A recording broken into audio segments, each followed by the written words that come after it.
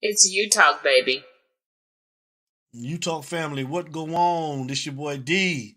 I wanted to come on and tell you guys thank you to everyone, my whole entire You Talk family that's been supporting me since I started doing this back in 2020. Thank you guys so much. I love you. I appreciate you guys. And a big thank you to everyone that is signed up with your You Talk memberships. Thank you very much. I appreciate you from the bottom of my heart. Thank you guys so much. I also wanted to say thank you and shout out to our super producer, the man himself, Mr. King Judge, KJ Production, Mr. Marquise Judge. Thank you, brother. I appreciate everything you do. I love you, brother. You already know. Also, a big thank you and shout out to our super co-host, Mr. Larry Frank Jr. You Talk family, I know y'all appreciate him, and I do as well. Shout out to Mr. Larry Frank Jr. Thank you for all that you do, brother. I love you. Let's get into it, man. Let me tell you about these 3 different memberships that we got going on at You Talk. The first membership is the You Talk Club. And with that membership, you will receive different loyalty badges for every month that you are a member of the You Talk family. The second membership is the You Talk VIP. And with that membership, you will receive 10% off any You Talk branded merchandise or apparel. And you will get different photos and videos whenever we're out and about. We'll be sending you different stuff. And the third membership is the You Talk Box.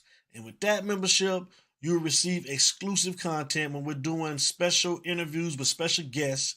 You will have access to those interviews, and you will get 15% off any You Talk branded merchandise or apparel. So those are your 3 memberships. Pick one of the 3, and if you don't, it's still all good. It's all love over here at You Talk, but everybody that's got their memberships, I appreciate you guys. Thank you very much, like I said. So, like I said before, thank you. We love you guys. Thanks for supporting the movement. Everybody stay safe, take care. And y'all know how we start every video and every show that we do. And y'all know how we end every video and every show that we do. It ain't no us without you, baby. And I'm out. We love you guys. Take care. It's You Talk. Yeah, I want to show some love, give some support to my boy Devin, founder of You Talk Nation. Continuous success, brother. And all I got to say is, it ain't no me without you, baby. It ain't no me without you, baby. It ain't no me without you, baby. Yeah, You Talk, it's the people show. Look, You Talk, let the people know. Look, yeah. This is hurricane season. Only legends come up out there, you like Chris and Teigen. Name a letter better, W, that's what we preaching. Hurricane force winds whenever we breezing. Got rings for a reason. Look, we treat a gator like the swamp people. And Seminoles like the block people. And for my dogs, I will drive people. Just being frank, I got they flank like a cornerback. And I ain't even much a Florida cat. But hurricanes, I know more of that than most. Cause I seen them turn our houses into boats. That's that real talk, baby. I hope you was taking notes. That's the real talk, baby. Yellow Nation, coast to coast. Is that You Talk? Yeah. It's you talk, baby. Yeah. It's You Talk, baby. #1 podcast.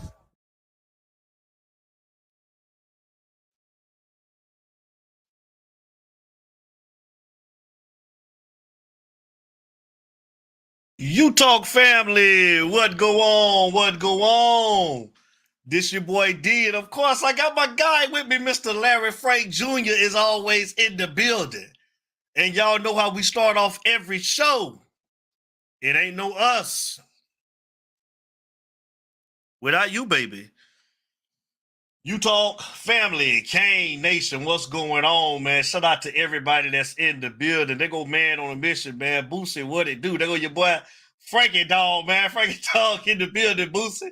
What's going on, everybody? How y'all doing on a Friday night? What's good? What's good, man? We got a lot to talk about tonight. We got a lot to talk about Larry Frank Jr., man. And let me give a shout out to our super producer, the man himself, Mr. King Judge. Production in the building. King Judge, what's going on, my guy? What's going on, my guy? What's going on, man? How you doing, King Judge? We love you. What it do, King Judge? Thank you for everything you do. Thank you to my co-host, the super co-host, Mr. Larry Frank Jr., man. Like I said in the beginning of the show, man, shout out to Larry Frank Jr. I know y'all love it, man. I do too, man. That's our brother, man. Shout out to Mr. Larry Frank Jr., man. Larry Frank, let's get into it. First of all, how was your week? Happy Friday to you, brother. Let's go.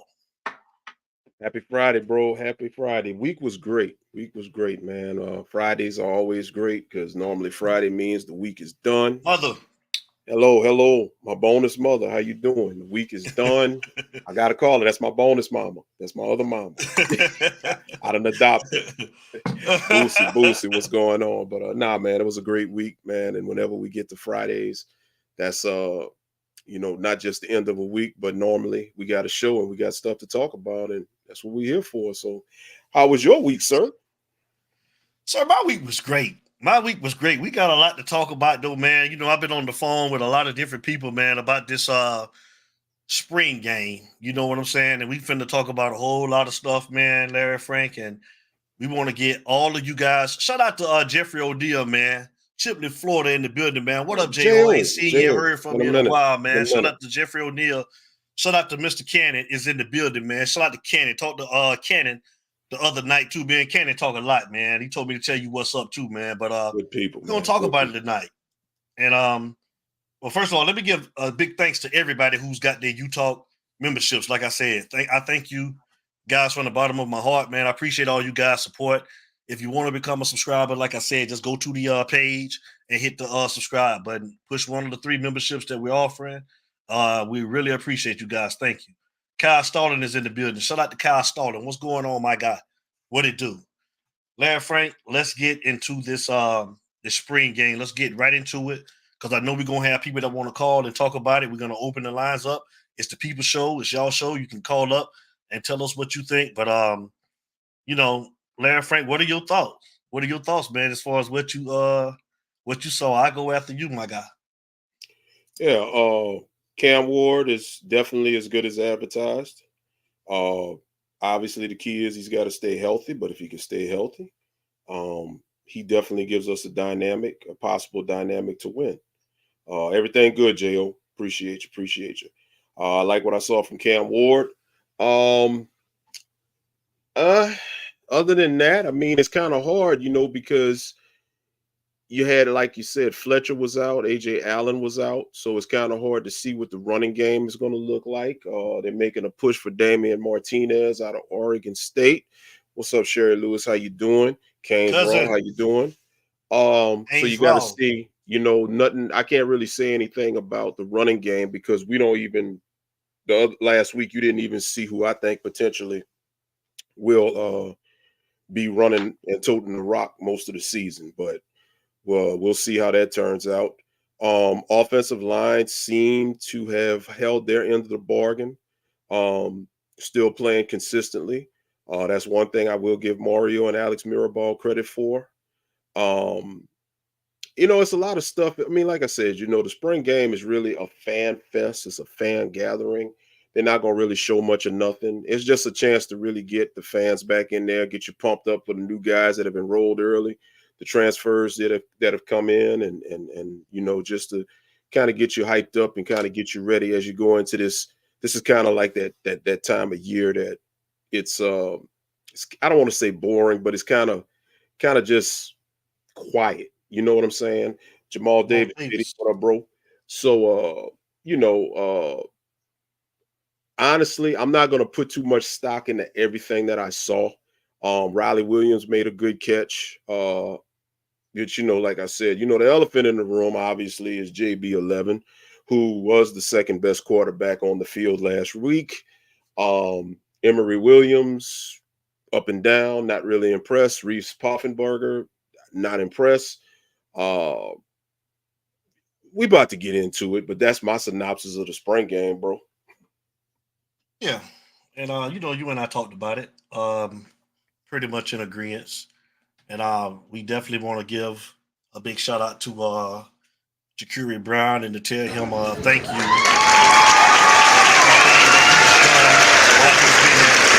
The University of Miami.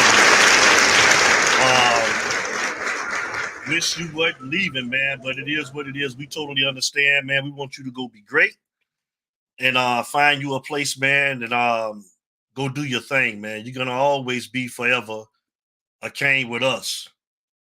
Call the hold the line real quick. Hold the line.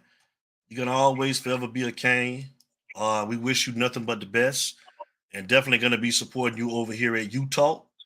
But to get into what you were saying, to piggyback, man, I just thought that he definitely was the second best quarterback on the field that day, and you know, how could anybody see anything other than that? You know, it is what it is. But yeah, you know, I think that Jakuri Brown he never got a fair opportunity while he was here at the university to actually compete for the starting position. And it's a damn shame because I think you posed the question when me and you was talking there, Frank. God forbid Cam Ward go down. Dolphin Derek, I got to shout out my guy, man. Oh, yeah, Dolphin man. Derek, what's going on, man? That's our brother. You already know. That's day one. That's day one, man. Yeah, Tell our nephew Ethan, man, we said, what's up? I tell you all the time on Facebook. Tell him I said to keep grinding. Like I told you before, we watch it, man. Tell him to keep pushing, doing his thing. But love you, Dolphin Derek. What's up, brother? But God forbid Cam Ward to go down in this type of offense that we run, like you said, Larry Frank, with the RPOs, and I don't see anything behind him that would be able to run that offense like Ward or Jakuri leading that offense. I'm sorry, and I like Emory, I do, but it's just a shame, man, that this young man was pushed out of the university, man, like he was, man. But I'm gonna go ahead and take the call. We'll be talking about this throughout the night. I'll Mr. Magic. chime in after. Yeah, let Mr. Magic have it. What up? What up? Mr. Magic, man, welcome to the line, man. Mr. Magic is in the building. He's on the show. Shout out to Mr. Magic. Mr. Magic, talk to us. What's the move, goddammit? What's a move? Bust a move. Busting moves. First of all, fellas, how y'all doing? Blessed. Ethan. Blessed. Okay. Yes, sir. Yes, sir. I got much love to you. Hey, listen, I want to apologize to y'all and the Utah family how I conducted myself last show. I should have stayed on topic when it came down to Coach Coop. So I want to be, you know, I just want to apologize to everybody because that's not me. Mr. Thomas. No, you okay. You ain't got to apologize for that. No. I should have stayed on topic. I shouldn't have talked about the brother health. That was wrong. So my thing is, now that I got that out of the way, I'm gonna address the elephant in the room. Shame on you, Mario. You no good motherfucker, you. Shame on you. Because y'all out of a damn hole last year. That man money and then didn't give him a fair shot. That's slimy as hell, man. That's slimy. And believe me, people watching you, man. People watching what you do.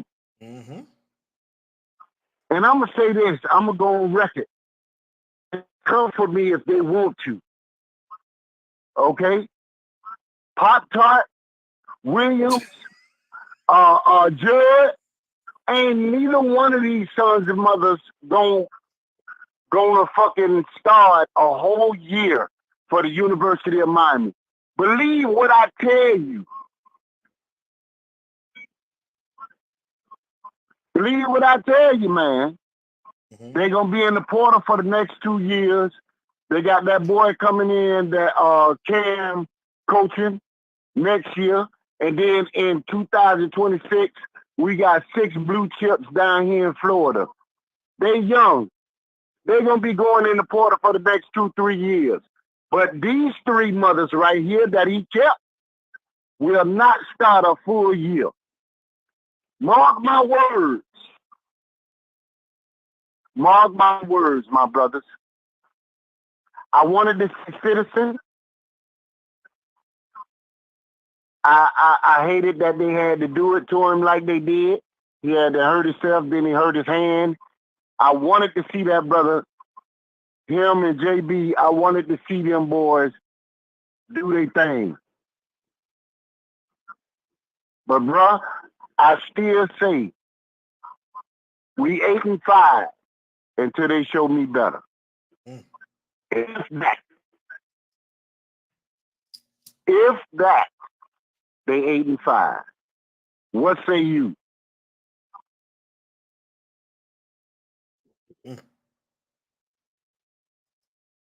You want me to go, D? Go ahead. All right. I've always been the one to say that I think the ceiling is 9 wins at best. You know, I really feel like the schedule that they have is a schedule that looks easy to conquer on paper, but you got to remember, there's some challenging games in there. There's some overtones with some of these games. Obviously, Florida, that's a rivalry game. Florida's not gonna lay down in that game. South Florida, they hung with Alabama. They almost beat Alabama last year. So for them, the opportunity to play an in-state rival, that's an opportunity for them to get a feather in their hat with a victory. They're not going to lay down. They're going to come with it. The Duke game, Manny Diaz is going to have that motivation and that chip on his shoulder to stick it back to Miami. They're not going to lay down. Florida State is always a rivalry game, no matter what. I don't care if it's at the Rock or if it's in Tallahassee. They're not going to lay down. Cal, that's a West Coast game. That's a West Coast cross-the-country trip. And I think it's after our bye week. Say that again, Larry Frank. Say it again, Larry Frank. It's a West Coast game, and it's after the bye week. And I want to say, I'm not sure. I don't know the schedule, but I believe it's after the bye week. Either which way, bye week or no bye week, they got to fly across the country. Let me tell you something. I don't play college ball, and I can promise you, I've flown from Louisiana to the West Coast to Las Vegas. Well, not the West Coast, but 4 hours from there, from Cali. But still, from New Orleans to Las Vegas, 2 hours, and I was jet lagged like a mug. So that's not a give-me game. And, you know, I just think, and that's why I say the fans, they get mad at me because they say, you know, you're being negative, you're being pessimistic. No, I'm just being real. You can't sit up here with the holes that we have on this team. You know, just like you brought up Trevante Citizen. I mean, a month and a half ago, you had 3 more running backs in Parrish, Chaney, and Citizen. Citizen rehab those knees, and you would think that Citizen was going to be able to contribute more, like he was going to take that step forward. But Parrish, who had a significant number of carries last season, he's gone. Chaney, who had a significant number of carries, he's gone. And you got Fletcher coming back, but Fletcher's coming back off of a Lisfranc injury. A Lisfranc injury is a very tricky injury. I get it that the doctors say he's going to be okay, and I truly hope that he will be okay. But how many times have we seen this type of injury and this and that? So at the end of the day, when it's all said and done, hey, man, I'm going to be 100 with you. It's too much that's going to happen. But let me give you one little tidbit, Mr. Magic. King Kyle, please, don't get me started on you. I'll get on you in a second. Let me give you this tidbit of information, though, real quick, Mr. Magic. You said that Trevante Citizen was one that hurt. I'm going to go ahead and give you my theory on why I think he transferred. It's just a guess. Keep in mind, when Parrish left and Chaney left, you only had Fletcher and Allen who had significant carries. So Trevante Citizen in his mind was probably thinking, I'm going to get a significant amount of touches. But you got to remember, these coaches, as they're going to court these players in the transfer portal, there's chatter in each room. So I'm pretty sure that Merritt, the new running back coach, probably had to be 100 with him and say, look, we going after this Damian Martinez in the transfer portal. He's coming from Oregon State. He had an 1,100-yard season, I think 6 touchdowns, 7 touchdowns, but he averaged 6 yards a carry for 2 consecutive years. I hate to say it, but when you're going to go after somebody like that, and I do think they're going to sign him, he's going to be up there getting a lot of carries. Him and Fletcher, I think, would be the top 2 backs in the rotation. And then I think A.J. Allen would be a third that would bump up. But Miami needs to possibly get 2 running backs out the portal. So they'll get Martinez. They'll probably get somebody else. So I'm thinking Citizen made a decision to transfer because he probably figured, you know what, it's probably going to be a year I'm going to have limited carry. So as much as I was shocked in the beginning, when I thought about it, I said, you know what? I think he made a personal business decision. It's probably what's best for him, because Martinez will be in on the 25th for his visit. And Martinez is coming to visit Miami for 2 days. He's visiting Arizona. It's either Mississippi State, one of the Mississippi schools, either Mississippi State or Ole Miss. I don't know which one, but he's Mississippi State, Arizona, Kentucky. Tennessee was on the list, but he dropped Tennessee and Miami. Yeah. And my understanding is Merritt is actually going to Dallas this weekend, or maybe tonight, I'm not sure, to meet with him and his family. He already been there. He already went. So, been there. Yeah. Here's something I'm gonna tell you missed out on, bro. What's that? Welcome to the semi-pro league. The semi-pro league? Talk to me. The semi-pro league. Listen, this had to do with how much money that Citizen was making, bruh. They finna do the same thing. If Pancake don't act right, he out of here too. With the money that he making, they gonna get him out of here too. I'm telling you, it got something to do with NIL, bruh. They taking that money that's allotted to these boys, and they saying, hey, I ain't made nothing off of you, and I'm paying you this amount of money. You got to go. I can believe that. You got to go. NIL. Pancake might be one of the next ones out of there. I'm telling you, because what I'm hearing, he's doing good on individual drills, but when look at what happened to him in the spring game. He got whipped like a mud, and the quarterback could have got killed. Listen, bro. It's about this money just as much as it's about an opportunity to get playing time. Yeah. I'm telling you, bro. So I just wanted to throw that in there, and I'm sorry for interrupting. Go ahead and finish. You good. No. You good. My finishing point, and I'll start on it right now, and I'll expound on it more, because it's a lot of points I want to make, but I won't hog the mic up at one time. I'll just keep hitting little points here and there. But let me get on this situation with JB11, okay? And I know the fans. I've been reading. I know what they've been saying. You know, JB11 wasn't good. He wasn't that guy. They start touting his in-game stats. They start touting his 1-2 record, you know, in the 3 games that he played. I get all of that. The point that everybody, I think, is missing is that JB11 had the running ability with an RPO that you want to run, the design RPO. And I think that running ability that he had superseded the running ability of everybody else, including Cam Ward. Yes, sir. Cam Ward is, to me, Cam Ward is he can run when he has to, but he's not as fast as JB11. You saw that first play when JB11 came in and he didn't have nothing. He took it, and I think he got 35, 40 yards, 30, 40 yards. He was gone. Yeah. So at the end of the day, JB11, I get it with what he has failed to do on the field, but this is where the divide with the fan base goes with those who look at the objectivity versus those who are hoping. Okay, this is on the job of Mario. This is on Mario as the head coach. It is your job as the head coach to make sure your players at different positions are getting developed. And at the end of the day, you do not have somebody that is developing your quarterbacks. You've never done it going back to your days at Oregon. And then when Streeter's going to ask you the question last week, and he asked you, why do you have this guy?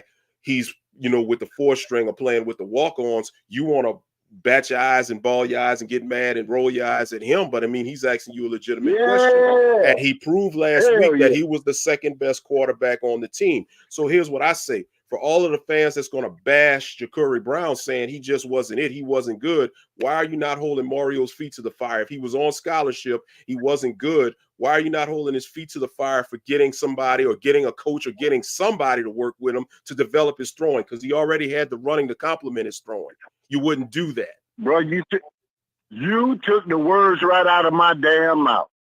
Because when they seen what TVD did last year, Dawson should have been working with this boy last year, getting him prepared. Yes. I tell you no lie, bro. He the closest thing to starting for any one of them three bones they got back there as quarterback. Because they statues. They can't go nowhere. If they can't throw the ball, they done. That's right. They done. And you know what's ironic, Mr. They Magic? should have been working with that boy last year, man. Yes, sir. And they let him go. And bro, I'm gonna tell you something. That's gonna come back. I'm just saying, they better pray that Cam Ward stay healthy the whole season. Because if not, we up shit creek. I'll say this, Mr. Magic, and I'm gonna leave it here. The irony with this whole situation is they talk about how Jakuri Brown couldn't throw. They talk about his ineffectiveness at throwing the ball, but yet you want to hype up Reese Poffenbarger. You just got a little 5'11" Caucasian Jakuri Brown, if that's the case, because he ain't no better. So it's just ironic to me. But hey, who am I, man? I'm just a co-host right here on You Talk with my boy. I just, it is what it is. But you know ball, bruh. And here's the fact: if you look at Jakuri's footwork was better than Poffenbarger's, and it was better than Emery. Yes, it was. You look at the footwork. I ain't no quarterback coach. I played defensive line when I was playing ball, and they moved me from defensive line to linebacker. And I ran a 4.7, bro. But I know football when the fuck I see it. I know it when I see it. And I'm telling you, he was the closest thing to being the number 2 quarterback on this team. If anything happened to Cam Ward, we are done. We are done. Right. And let me address something right quick. Ken Kyle just put up here, so you saying they're both trash. See, this is what I'm talking. D, could you put that comment back up for everybody? That's why. Thank you. This is what I'm talking about right here. People don't listen to what's being said. They listen and interpret what they think they're hearing. I did not say they are both trash. I'm just saying the throwing and the ineffectiveness that y'all had and the vitriol that y'all had for JB the last couple of years talking about his throwing. Ironically, you got Poffenbarger, who ain't going to be throwing much more. I never said neither one of them was trash. See what I'm saying? That's the narrative right there. I ain't going to even get my blood pressure up, but hey, it is what it is. Go ahead, Mr. Bro. If you look at when Poffenbarger came in, he hit the tight end for a nice little throw.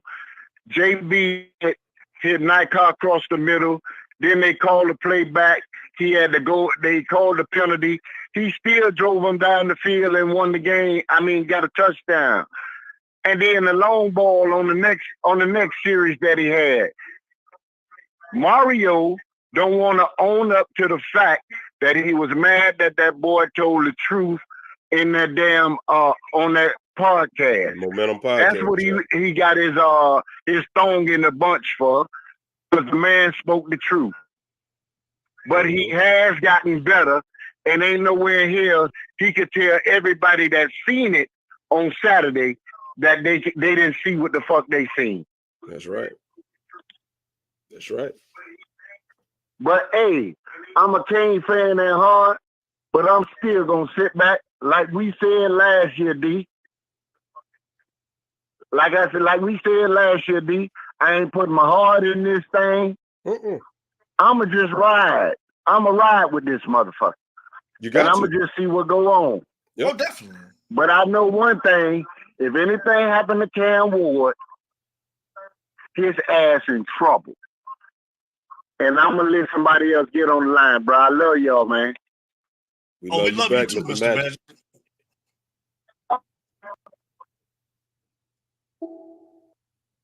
Thank you for your call, Mr. Magic. Yes, sir.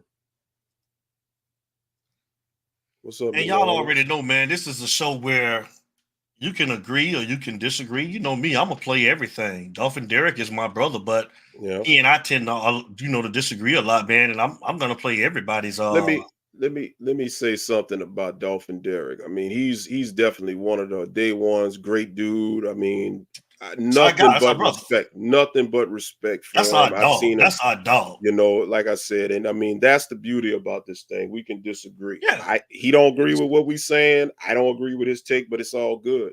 Right. But I'm just saying, you know, everybody talking about the ability, but nobody's talking about the fact that Mario never worked to try to make these boys better. If they ain't good, like y'all say, I'm not going to call them trash. Credit to Coach Hayes the other night, because Coach Hayes basically said it. You don't call another person's kid trash.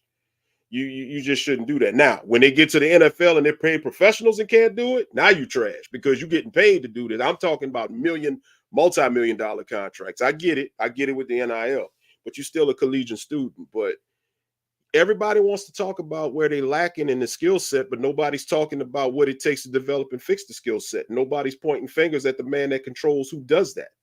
That's the problem that I got with a lot of these Canes fans. It's like Usher said, if you're going to tell it all. Yes.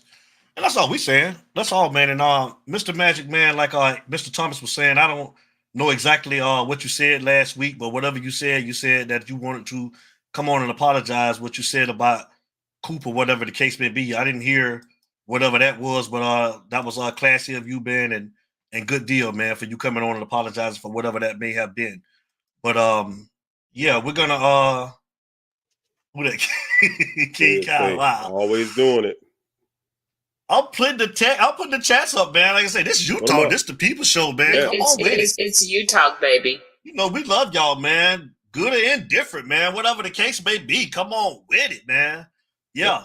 But definitely Dolphin Derek, man. Yeah, you know, hey, that's all we can be. We can just sit back and we can just, you know, go off of what we see, man. And we're gonna talk next about this about the video that may have sinking Jakuri Brown's ship, man. I want to play a couple of those videos, man. But Jakuri's just being real. They say that this what got him in the doghouse, and you know, let's take a listen, man. Larry Frank, let's take a listen at Jakuri Brown, man, real quick, man. Let's see what Jakuri talking about. Where's the value at? You feel me? Like, where a guy that's loyalty bust his ass since I came in. Like to be honest, when I first got there, bro, like I was shit. Like I was good. Like I could throw a deep ball, like good as fuck. But like anything, like other than that, bro, I was shit. You know what I'm saying? Accountability, man. You know, that's one thing I liked about the young man. You know, he simply told you what it was. You know, down from day one, he told you what he was when he came in. He didn't try to, you know, deflect. It's so much to say, man. It's just so much to say about the kid, man. Like I say, I wish him well. Yeah. No matter where he may end up, gonna always be rooting for him. But I just don't think he got a fair shot at the position. I'm gonna play the next video too. Some other stuff that he said. I think it was like attacking. He might have used that as leverage. Bread, you feel me? Yeah. Kind of like how Tyler was like, "Oh, I'm going to Bama if y'all don't woo this, that, and the other." Yeah, you feel that me? was smart. Yeah, you know what I'm saying? So like, it's smart, but at the same time, you think like me, I'm about like loyalty and relationships. So if you trying to pump fake me, bitch, you don't really want to be here. So like, like I want people that wants to be here. That wants to be here for real. I'm not no.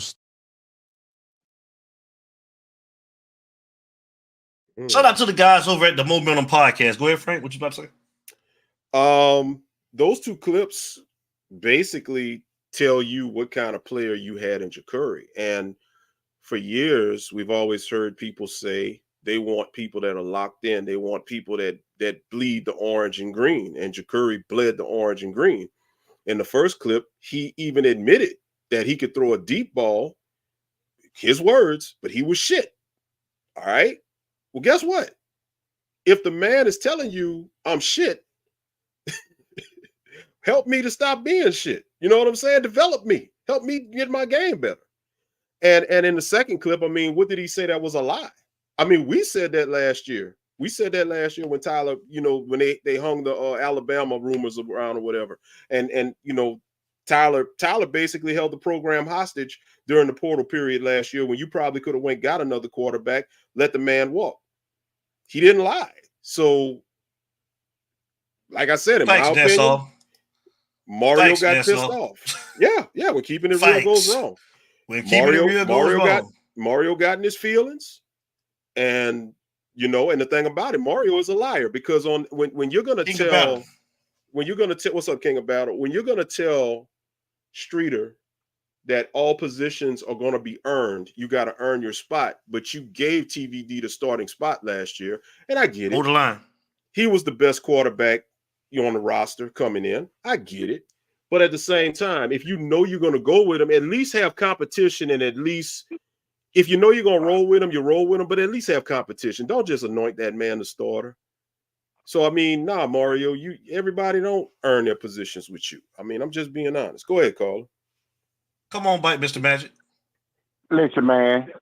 This dude say armchair quarterback. Listen, you call me what the hell you want to call me, but I ain't stupid and I ain't dumb by a long shot. You know what I'm saying? And I'm going to tell you this. They had this man for 2 years. Yeah, he was a Manny product, but they had him for 2 years. What have they done with this man for 2 years?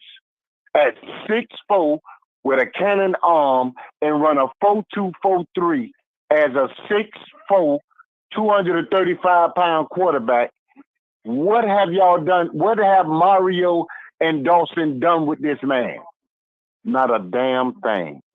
I dropped the mic. Damn. It's you talk, baby. Great point.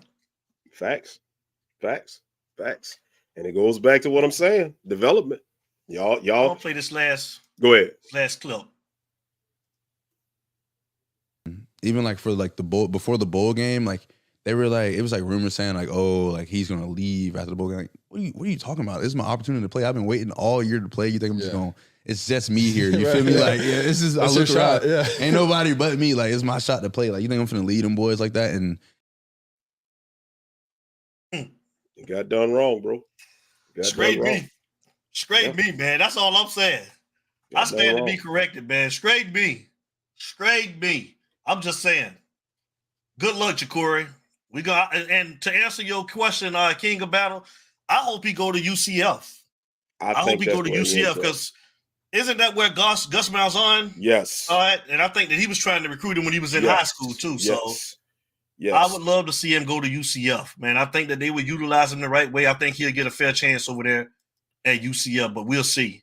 Yeah. We would definitely see. But you know, I wanted to transition into something too and ask a question to the chat. Everybody, you, Mr. Frank, you talk, Kane Nation. I mean, it's like when we get these recruits, you know, going in, you know, when the season's over, when everybody talking recruiting, you know, who we're going to get. And, you know, everybody excited about the 4 and the 5 stars. Not us. You know, we look a little bit deeper than the stars, man. But I'm saying some of you guys, y'all sold on the stars, and these kids are supposed to be, you know, top recruits coming out of high school. And it's kind of crazy to see, like, when they get there, a lot of these kids, man, ain't even staying after 2 years. A lot of these kids are leaving. I mean, if you look at the class of 2022, you know, a lot of these guys just got in the transfer portal, man. You got Cyrus Moss, Najee Kelly, Jaleel Skinner, Chris Graves, Citizen, Kamara Rogers, Jakuri, Kobe Young. Why are these guys leaving, man? Why all of these guys leaving? And what talent are you bringing in to equate to what these guys are supposed to be? But nobody's talking about that. We talk about how great of a recruiter that Mario is. But I'm just saying, how are all of these guys leaving? We ain't seen Trevante Citizen in not one meaningful game, man. And we were so excited about Trevante Citizen when he signed with Miami. But all of these guys are not staying. What's going on? I want to know. I'll chime in on that. Those 2022 guys should have been getting ready. I'll address that in a second, Jail.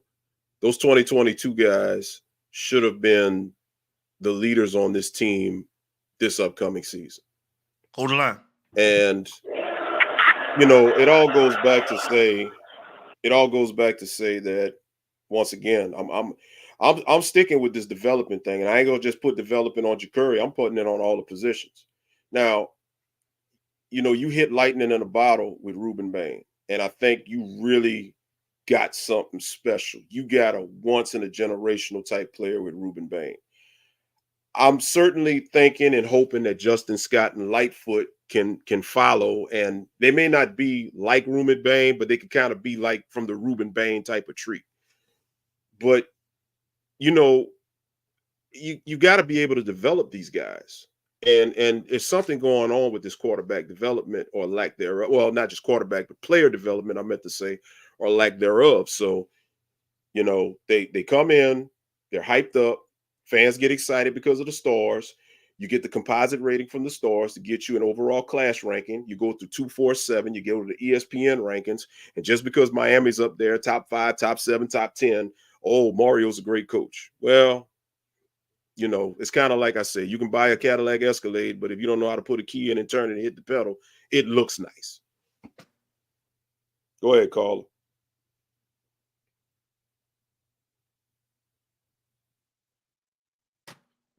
Carla, you there? Chris Kane. Yes, sir. Yes, sir. Go ahead. Come on with it. Sorry about that. Hold on, no problem. Are we patient or what? The rise and fall of Mario Cristobal in year 3. What did we talk about last year? First off, what's going on, D? What's going on, Larry Frank? What's up, brother? How you doing tonight? I'm good. My apologies. I was in a class about active shooters and all this other kind of stuff. So, yeah, they talk about run, hide, and fight. Ain't nobody gonna run, hide, and fight at my house. Chris gonna be gone. Chris gonna be in the truck. His ass gonna be at the house. I ain't got time to be sitting here playing with these damn people. But anyway, run, hide, and fight. Shit, you run, hide, and fight. Chris gonna be in the truck. You talk about it. Anyway, basically, what did we talk about last week? We knew this was gonna happen. See, I didn't call in at the time that I said I was because you said you was gonna play those clips, and I'm glad you did. Because I want to raise a question to everybody that's in the chat and to you all as well.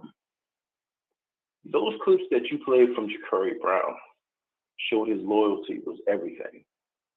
Now, other than N'Kosi Perry, what other quarterback has shown that type of loyalty to the University of Miami Hurricanes within the last 10 years?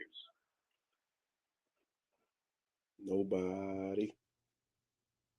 Because Tyler was the one that said, you don't like playing in front of Miami crowds because ain't nobody in attendance. But I also heard another saying that he was saying that he likes to go to play the visitor stadium so he can shut them up. Yes. Well, technically, sir, you've done neither. So, in recent weeks. And so, in recent years. So my question is, like my man, who was the brother that said, my man B-Man, he said, what if the shit don't work? Is that who that was? Yes, it was. That? Yes, sir. B-Man, shout out to you, brother, because you said, what if the shit don't work? Now you got to go back to the drawing board. And I just said, I was in the Discord, and we were sitting there talking. And I said, God forbid, God forbid. God forbid. I don't want nothing to happen to this quarterback. I don't want nothing to happen to none of our quarterbacks. But God forbid something happened to Cam Ward. What's going to happen then? Who do you give the keys to then when you just had somebody that sat there and had maintenance done to that vehicle? Who sat there and built that damn vehicle from the scrap metal up from the axles, the tires, and everything else, all for you to go ahead and when it's finally coated and it's finally painted, you go and give that car that's supposed to be his to somebody else. And you let him walk. You let him walk. Let me tell you something. He gonna mess around and go to a team like UCF, like you said, or he might go to Auburn. Yep. Because if he get his ass over there in Auburn, I'm gonna tell you something, Larry Frank, brother, listen, we talked about this in the Discord. If he get his ass over there in Auburn, their line might not be the best, but if they are a decent line, he gonna shine.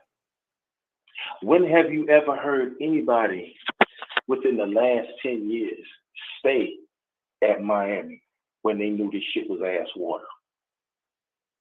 Stayed, took accountability within himself, knew He was the problem, wanted to fix the problem, and still get shit on. Right. See, the problem is Mario is too high strung on that thing called PRIDE. And for those that don't know what the hell I just said, he's high strung on that damn pride. See, that pride is a lot of things, and with him being who he is, pride, Mario can't show no kind of weaknesses. But see, the problem is what messes him up is that you fucking it up on the football field. You fucking it off in the off seasons. Because there's no way in the world that you sat there and you told Streeter, because we knew it was bullshit. Ain't no way in the hell you sat there and told Streeter that everything is going to be played out fairly, knowing goddamn well you're going to leave Tyler Van Dyke's stupid ass in there to throw 10 motherfucking interceptions that whole goddamn year and let him stay in that game because of what? Because of what? He was the best option? Ain't no way in the hell. Because believe you me, had that would have been Jakuri who would have threw the first 3 in 5 games, his ass would have been sitting down. So you trying to paint a narrative of what you did. Hold on, Chris Kane. Hold on, Chris Kane. We got a funny man in the building. Terry Kane. No, I don't think nobody ever said experts. Mr. Terry Kane. Nobody. Just a bunch of fans with opinions over here. Free thinkers. That's all. That's it. Yes, sir. Yes, what you want to say, Larry Frank? No, not really. You said it for me. Terry Kane, that's the problem with the world today. Everybody wants to silence people that have an opinion, and we're not going to be silenced. We're going to hear opinion. Not over here.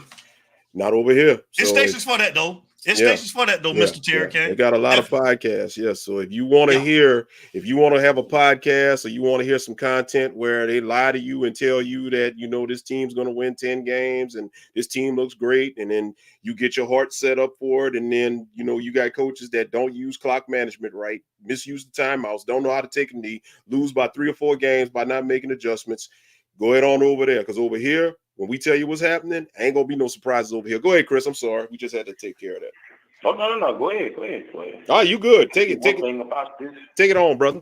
Because one thing about this is, and I keep saying this, over here, Utah,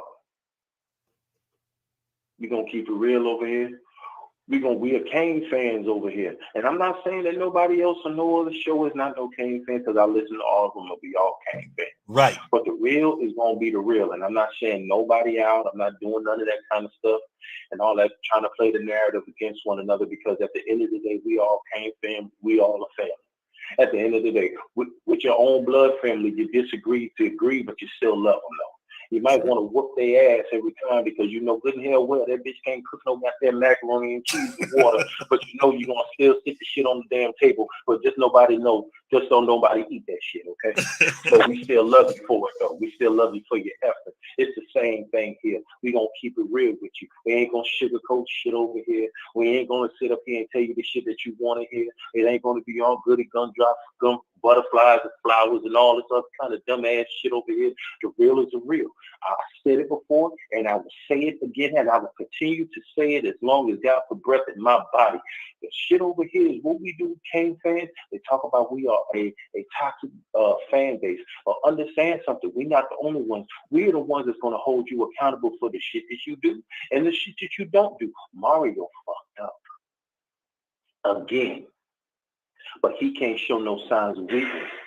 Hey, hold the line real quick. Hey, Chris Kane, give me 1 second, man. I want to welcome South Coast Kane, man, as our new member, man. And we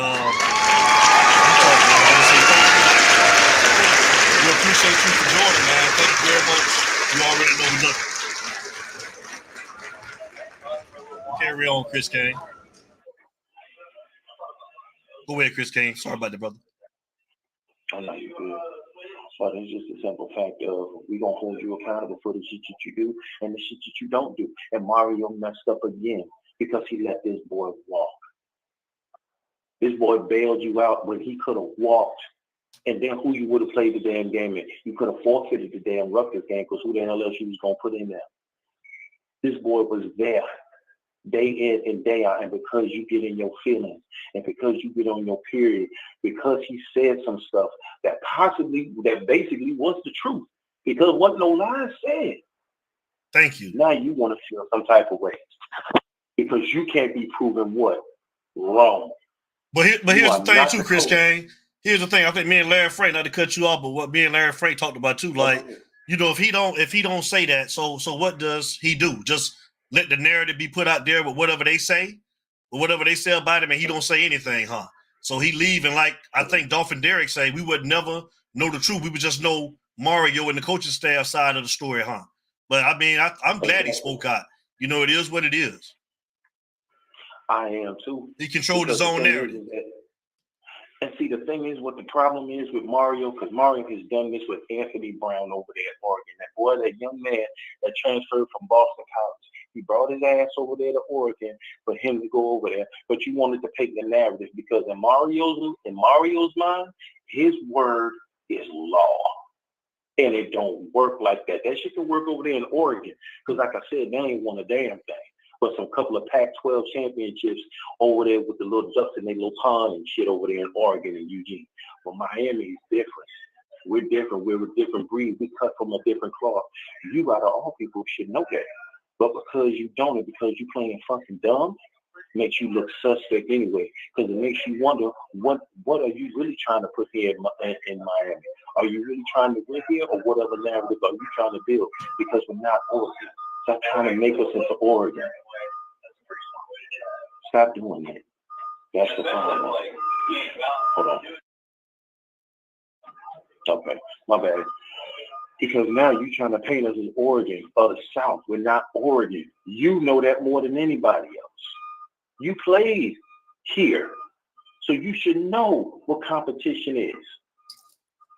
You don't hand nothing to no damn QB and then let him stay in to make it even worse. What is wrong with you? But see, that's why he didn't want nobody at that damn spring game. But even though we got televisions and we can watch the internet and everything else like that, most of us said that Jakuri was going to walk. Yep. Because ain't no way in the hell there was nobody else that was going, other than him, other than Cam Ward, there was nobody else that was going to beat out Jakuri Brown for that second QB spot. Nobody else. But now here's my question to you now. Let's just say we get through this season, right? And there are no injuries. Can you hear me? Mm-hmm. Yes, got you. Go ahead. Oh, okay. There are no injuries, and I pray to God and nobody get hurt or anything, right? Cam Ward got 1 year. What you gonna do then? Thank you. You gonna go in the transfer portal and do the same thing like how you did before? Thank you. Because you ain't gonna develop shit. And this is going to be a continuous cycle over and over and over and over. Because if you're going to be this type recruiter, why recruit them if you're not going to develop them? There you go. That's what being friends. And let me add on to that real quick, Chris. Let me add on to that real quick, Chris.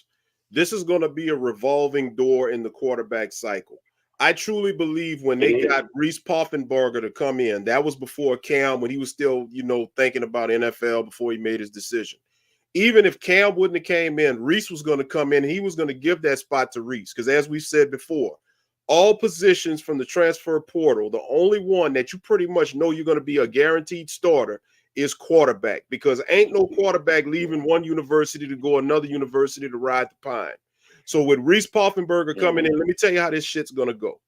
He's going to ride the pine this year because he knows next year they're going to give it to him and give him the starting job. Thus, Emory Williams will probably get in the transfer portal next year. Now you got Judd coming in here. You got Luke Nickel coming in here believing the hype, and they're going to keep going. And when Reese runs out of eligibility, he's going to go right back to the transfer portal again. And when it's all said and done, every quarterback that you recruit to get in here is going to leave. You're getting quarterbacks in here, you're recruiting them, then they don't even fit the mold of your offense. You're getting statues for an offense that's designed for a dual threat mobile quarterback. And I'm going to piggyback off of something that you said, and that's an excellent point. Because if you're going to go ahead and you're going to do that for a statue, if you're going into the transfer portal to get statue quarterbacks for that dual threat play calling, why do you keep doing it? Just to have bodies? We don't have. Let me ask you something. Through the 3 years, I agree, QB being that Miami. I agree. Let me ask you. What did QB Kane say? To be honest, it does not make any sense to recruit a high school quarterback because you will always get a transfer quarterback. That's true. That's true. Exactly. Now, here's another thing. Here's another thing. Damn it, I lost it. Okay, here we go. So you go ahead and you get this, right? You get these quarterbacks, and you get all of these narratives to get them in there, right? And you go into the transfer portal to get these quarterbacks and get all of these linemen and get all of these players, right? The 3 years that you've been there, let me ask y'all a question, and I'm going to ask everybody in the chat. What is our identity? Can anybody tell me? Anybody. Because to be honest with you, D, Larry Frank, we're John Doe. We don't have one. Still, in 3 years, we don't have one. We have a temporary one somewhat from Cam Ward because he was one of the highest quarterback. He had one of the highest quarterback ratings in the draft or whatever the case is. But other than that, with him removed, what identity do we have? I'll tell you what identity if Jakuri would have been there, we're a dual. If Jakuri would have been there, it would have been a dual threat scheme. We would have had an identity of a dual threat.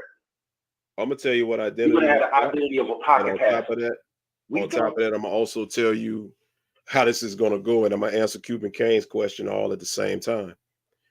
The identity you're gonna have is you're gonna get transfer quarterbacks to be your starters, but you're gonna recruit high school quarterbacks for your depth. So if your transfers get hurt, your high school guys can hold it down and get you through the season till you can get your next transfer quarterback. Now I gotta raise a question for you. Now that's a good question. That's a good answer right there. But I got a question for you too, Mr. Larry Frank, and for everybody else. You say you bring them in there just in case if the transfer portal quarterbacks come in and they get hurt, they're there to back them up. Okay. My question is, what the fuck good are they if you never develop them? That's right. What exactly are you coming into? Because they're not your safety net. They're your safety net with big ass fucking holes in it. They're not securing anything. They're just there to be there. That's the difference. Look at and people gonna get mad, but I don't give not two flying squirrels nuts what nobody think. Look at Georgia. Look at Bama. Look at Ohio State. Well, matter of fact, look at Michigan. See that? Development, coaching. Okay? If you're going to bring in transfer portals, develop who you have just in case, God forbid, somebody does go down. What point of it is for you to be in the military and one of the main shooters go down, but you ain't got nobody else ready to take your spot? Because you don't know how to develop? That's what we got going on here. And we're nothing but a revolving door at Miami. I don't give a damn about no top 5 recruiting class. I don't give a damn about no having all these 4 and 5 stars and all that kind of stuff. Because like I told you before, you know what I'd rather have: 3 stars full of dogs than 5 stars full of, well, y'all know what the rest is. Y'all know. Say it. Because that don't mean nothing to me. Say it. And then for those who are new, I am a day one member. That's right. And like I said, when we were going against Texas A&M, them stars don't mean nothing to me. Mm-hmm. I need development. I need dogs. Okay? I'd rather have 3 stars full of dogs than 5 stars full of bitches. That's what I said. It's you talk, baby. That's what the fuck I meant. And I'm going to keep standing on it. Okay? So, like I was saying, until you develop your own, we're deers in headlights. Because what other recruit, you can't talk about Mike Norvell no more. Oh, he don't develop, we don't develop. Stop calling out other people's shit thinking your shit is better because it ain't. You just as worse. Thanks. But unlike him, he won the ACC last year. Where the fuck were we with this top 5 and top 7 class that we had? oh, he went in the transfer portal, he did this and he did that. And I'm going to tell y'all right now, and I'm going to get ready to go because I'm on these people's time or whatever case is. But hell, they ain't here any damn way. They're at the house sipping martinis and shit. I'm here struggling and hot like a damn slave. Anyway, he made it work for him. He won the ACC. And you know I can't stand him. Y'all know that. I can't stand Florida State for nothing, but I got to give him credit where credit is due. Mike Norvell's ass was on the line, and he did what it took for him to get those wins for 2 seasons back to back. Because, see, when you look at it, he had 10 wins, then he had 13 wins, and went to the ACC championship. They got their ass whooped by Georgia, but they still won the ACC championship. They did. That's moving forward. How come when we get the damn people, we go ass backwards? And we lose games that we know that we're supposed to win. How come we can't develop? Why are we going into the transfer portal getting shit that's already pre-owned? Don't it just feel funny though, man? I mean, we need players at every position. We need players at every position, man. It's crazy, man. It was a time, I think me and Frank was talking about it, man. You know, when Alonzo Highsmith got hurt, Melvin Bragg stepped in. When Frank Gore got hurt, you had who that McGahee. Well, that was when McGahee got hurt when he tore his knee up. Yeah, you had other guys ready to just come in and play. And it seemed like, man, what the hell we recruiting for, man? And we need all these people out of the portal, man. It's just just to hear this, it's crazy, man. It goes back, bro. It goes back to what who that was. That was Reggie Wayne on the U Reloaded with Reggie Wayne and Michael Irvin and Jimmy Johnson. That special that they had. You remember what Reggie Wayne said? I wasn't coming off the field because I had Andre Johnson ready to take my spot. Right. Those days are gone. Those days are gone. Right. Gone, bro. Right. Because he said, if you got hurt, your bad. Because more than likely, the guy behind you is probably better than you anyway. So I know exactly what you're talking about, Larry Frank. I know that shit verbatim. Okay? That ain't no lie. These guys, they want to pout. They want to sit in the corner. They want to suck their thumb. They want to go in the transfer portal. They don't want to do competition. What kind of standards are we setting here? And you just let one of the most loyal people walk out.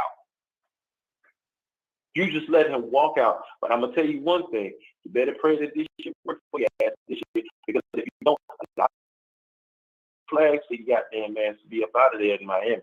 And I'm going to tell you right now, I'm going to be the main motherfucker out there outside the damn rock with my picket sign for your stinking ass. Because I'm sick of your shit. You better show something. Because 8 wins ain't going to get it. We could have did that shit with our eyes closed last year if we would have had the proper game management. But your stupid ass and your damn pride won't let you get nobody in there that can tell you when you're wrong because you know every motherfucking thing. So, in conclusion, fuck Mario. He better win. And I'm out this motherfucker. Later, y'all. Love you too, boy. It's you talk, baby. Great call. A lot of great points. Chris Kane, great call. QB1 Kane said, makes me wonder, is Mario a good talent evaluator? Only at offensive line. We got another caller. It's you talk. Caller, state your name and where you're calling from. Look at there, baby. Oh, yeah? That's what it is.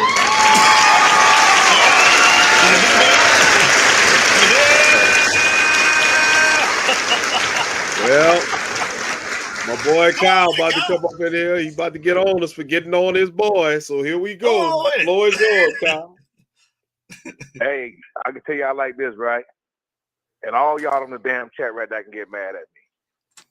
But Larry Frank, you and Devin, if y'all can go back a couple years, either on this YouTube or the Facebook when we used to talk.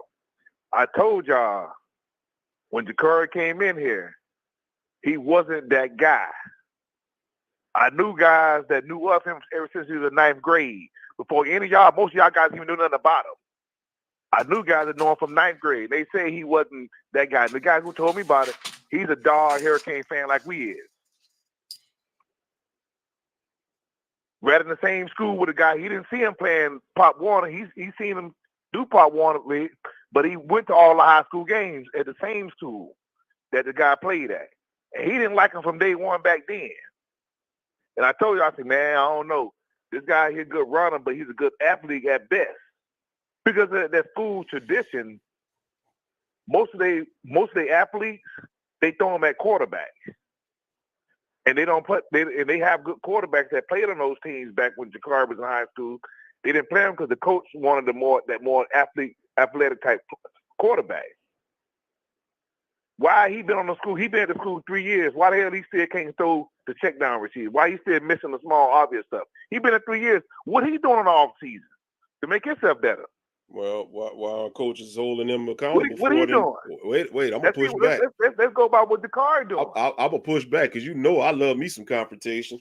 What are the coaches doing to develop him and get him to motivate him to want to be better?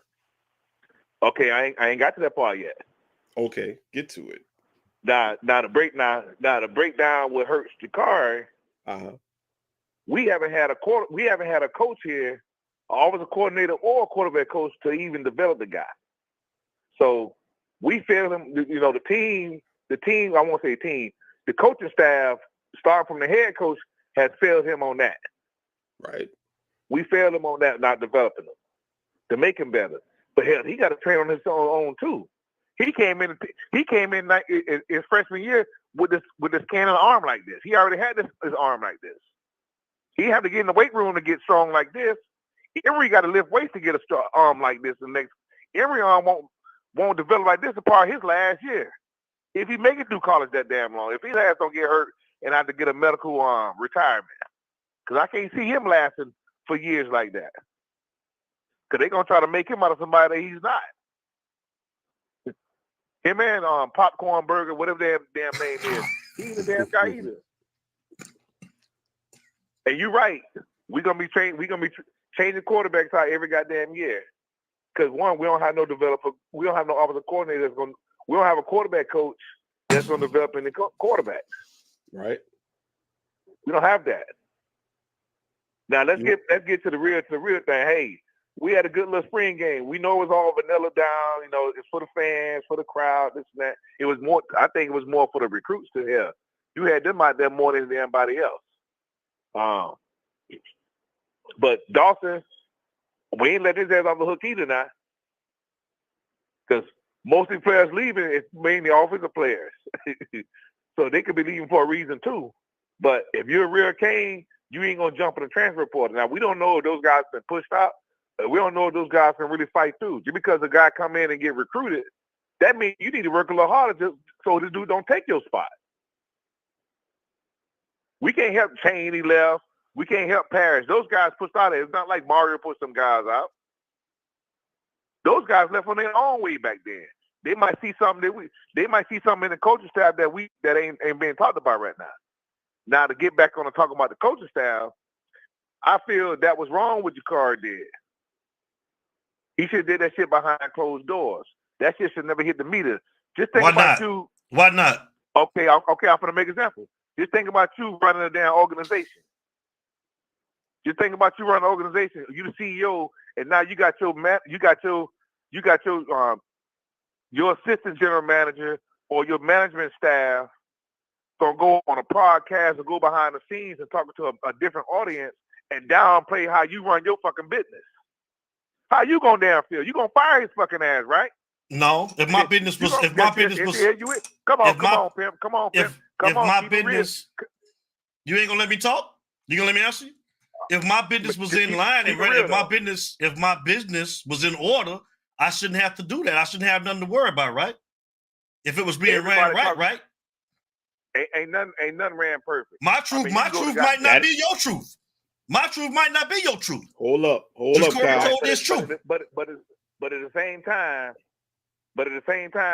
if you writing all the checks if your name on front of the checks to these 65 players or these 75 employees that work underneath you, Ain't one person got one chance to have a line of bad mouth what kind of job that you're doing. He might not have to say that you're specifically doing wrong, but he might talk about specifically that your organization ain't being ran right. And now you opening up you're airing bullshit out to the fucking the audience or to the who damn says it's bullshit though? But hold up though, Kyle. If you running a business and you doing what you supposed to do, he was wrong. No, he wasn't. I don't think he was wrong. We disagree. No, he wasn't. No, he wasn't. We totally disagree. I understand what y'all saying, but he was wrong for doing that. If you run your business, there's no way you would let another guy one of your employees come behind and bad mouth your business. Let me tell you. Hold up, Kyle. Let me stop you right there. You are right in this regard, because if I was running my business, I wouldn't allow that. But at the same time, I would run my business rightfully. I would run my business fairly, and my employees would be treated fairly. That's why you wouldn't allow that. That's why we're not going to allow that. Mario, bottom line, Mario is, and forgive my French, but I'm gonna say it, Mario is doing some whole shit, and he put it on Front Street. Right. I mean, I can agree with that a little bit, only a little bit. But I just like, I mean, he kept it real, and I feel where he come from, because I'm a guy like that. I'm gonna speak my piece too. I'm that type of guy. That's right. But at the same token, now let's say if it stayed behind closed doors, and you be like, hey, you know what? Hey, I'm gonna bring Lonzo in here, Braden, Michael Irvin, the guys who did the damn thing on the team, or maybe maybe an NFL coach that come in, somebody that run like a census section. They came and ran a census section on the team behind the scenes, and they addressed that stuff. Then everything is at home, and then you could have corrected things better, but not on the forefront. That maybe now I can see if Jakuri Harris has addressed this shit to Mario. Hey man, it's fucked up. Y'all ain't doing this, da, da, da. If he addressed shit like the Mario like that, and then came on Front Street like that, and then talked about it because he wasn't getting treated right, or things weren't getting corrected, then I can say, damn, you know what? He put them guys on blast, but shit, he kind of already gave them a heads up. So hey, they know where he come from. But I already knew. I ain't saying knew, but I had a feeling after that podcast I seen a couple months ago, when I seen him do that, I said he out of there. Ain't no way in the hell I'm gonna have one of my subordinates or one of my employees that work underneath me badmouth me on the air, and I'm gonna let him ride with that. You ask how many NFL players talk bad about their ownership and how long they ass stay on the damn team. They ass be out of there. It depends on what you stand on. So it depends on what you stand on, man. It depends on what you stand on, man. I mean, I done heard NFL players talk against ownership. Who, Jerry Jones? You say Jerry Jones? Okay, they might talk about it there, but guess what? How long they ass stay on that? How long he hang around? He might hang out for that season, but he out of there, right? Jakuri get another team. That's what he's I got that. He stood on what he believed, and he told his truth. I understand that, but it's a time and place in your situations when you can do that.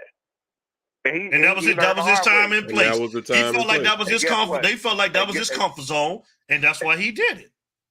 And guess what? What? Guess what works against him? What? He wasn't getting no time before he did it. What's the difference? Like me, that's why. He wasn't getting any. He wasn't going to get a fair shot before he did it anyways. He wasn't.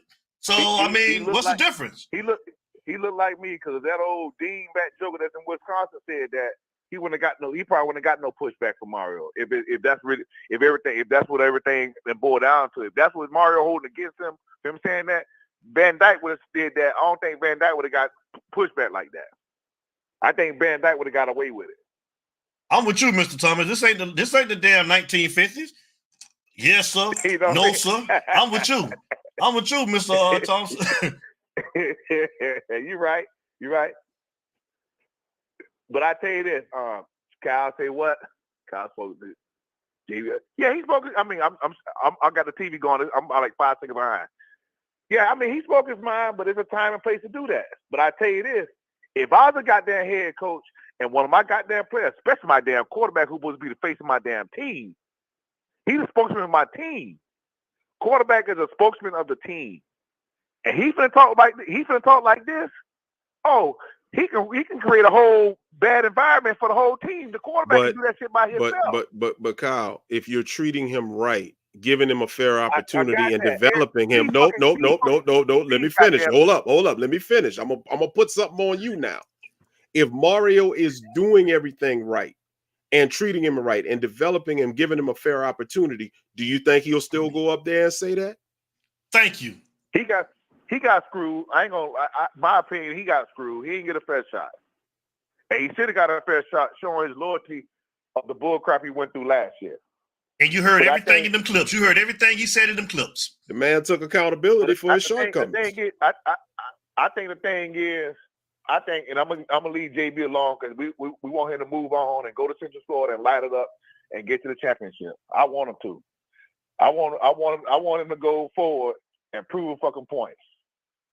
I want him to prove points. I really want him to prove. I want whatever school he go to. I hope he start and make it to the national championship. Whatever team he go to, that's one of my new teams. Mm-hmm.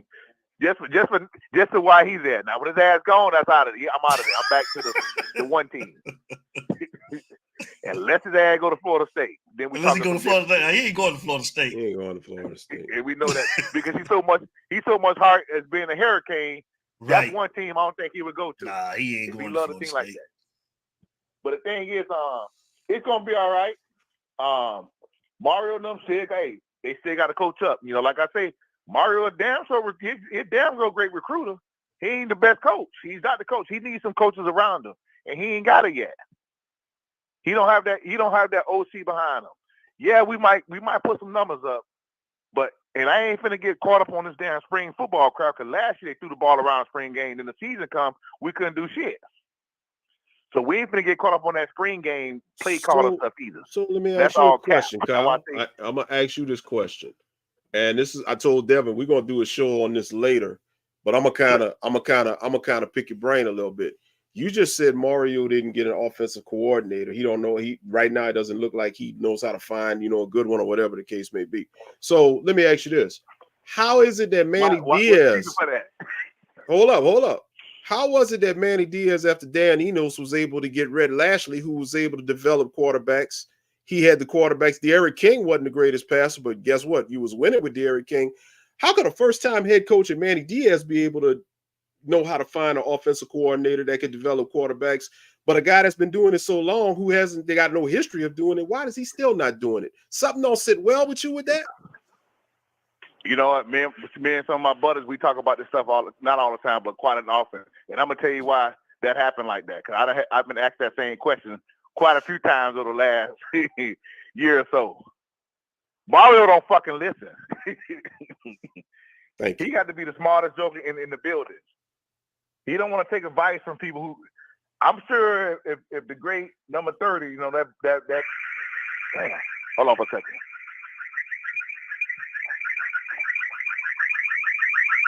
What that is, man? What that is? That's the Hennessy alarm going off. What, you got another glass ready to go? Hey, Cannon, I got you next after Kyle, Cannon. I got you next. I'm gonna hold the line for you after Kyle. I'm gonna hold the line for you after Kyle. Go ahead. The thing is, just stop about that, Kyle. That was me. I don't know why that shit got set off. I might have hit the wrong button. But the thing is that if Manny Diaz, he already knew when it came to offense that ain't his baby like that. That ain't his thing. So he's taking all the advice. And the thing is, I think he went probably for the hardest thing out there. If Manny Diaz had the money that Mario getting, Manny Diaz still be our coach right now. He'd still be coaching right now. If Manny Diaz had the money that Mario got, he'd still be coaching. He'd still be coaching our team right now. He would have never got fired, and we'd have been won the ACC by now if Manny Diaz a coach. That's guaranteed. I guarantee that would have happened. Much I hate to say that, we would have won the ACC if Manny had this money that Mario got, because he would have got rid of Van Dyke's sorry ass.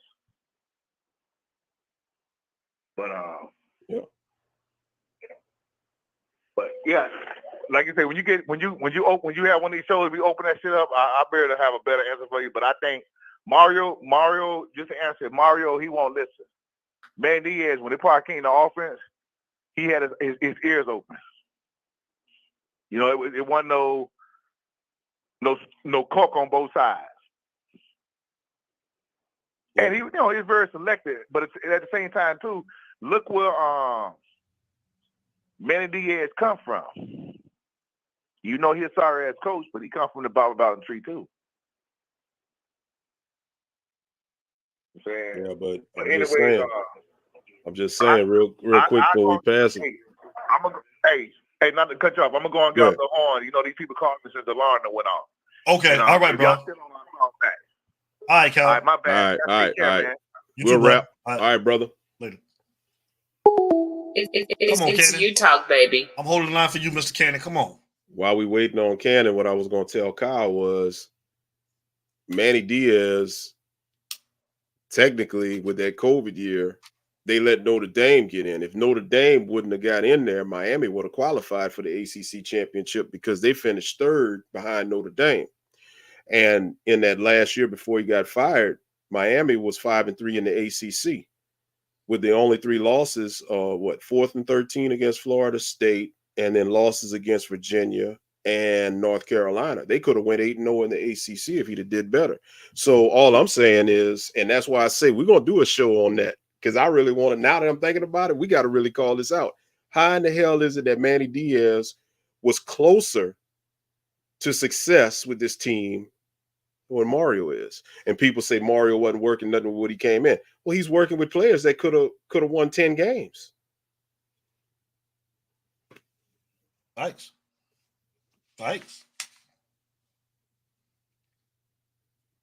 I'm holding the line for Cannon, y'all. I'm holding the line for Cannon, man, and then I'll start by taking calls, man. Come on, Mr. C. I'm holding it for you. I'm holding the line for you. Cannon. You know I got the pump, right? You want that too? You know I got the pump, right? Yeah. Shout out to Cannon, man. Shout out to Cannon, man. And that's a good point. Tonight, man. It's a Friday night. It is, man. That was a real great topic too. We're gonna talk about that too. It's you talk, baby. We're gonna talk about. We'll make that. I'll make that next week. I'm with it. That'll be a good topic. I'm with it. There go Mr. Cannon right there. Mr. Cannon. Everybody, give some love to my guy, man. Mr. Cannon is in the building.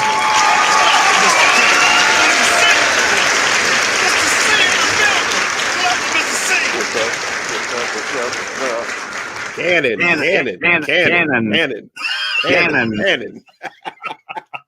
Talk to us. Yeah, I just want to give my 2.2 on this. Your next Cuban King. I don't quite agree with the last caller as far as Jakuri should have never went on that podcast and said anything, because I don't see what the big deal about that is. If it doesn't stand true and held no weight, what's the big deal? I think that's something that people use as a cop-out to justify why he went the 4th string. And I'm here to tell you, when you deal with the type of person that Mario appears to be, I don't know him personally, but he definitely, I can't even say, how do you know talent out of high school? Are you really looking at stars? Because that's what it's starting to look like. It looked like you're going after and you're chasing stars, right? Then when you get them on the team, you don't know how to coach them up. You don't know what this talent, what development and talent really looks like. Because there's no way in hell TVD should have even made it past 3 games.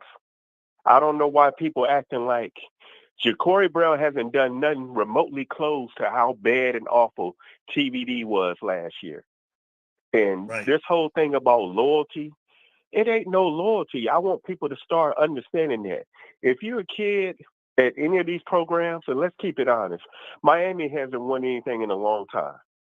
So we got to stop acting like these kids will just be happy to be there and put that U on that helmet. They need to remove them damn U's.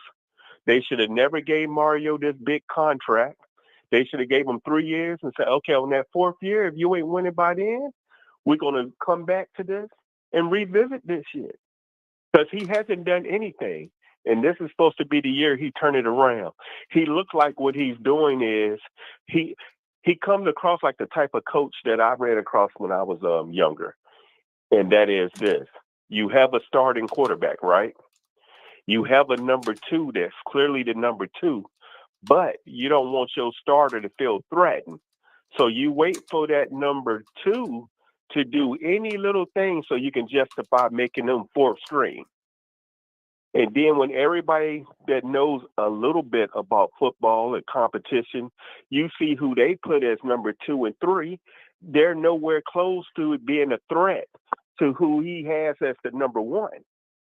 So me personally, I think he wanted to make sure that, guess what? This boy is going to be low on the totem pole.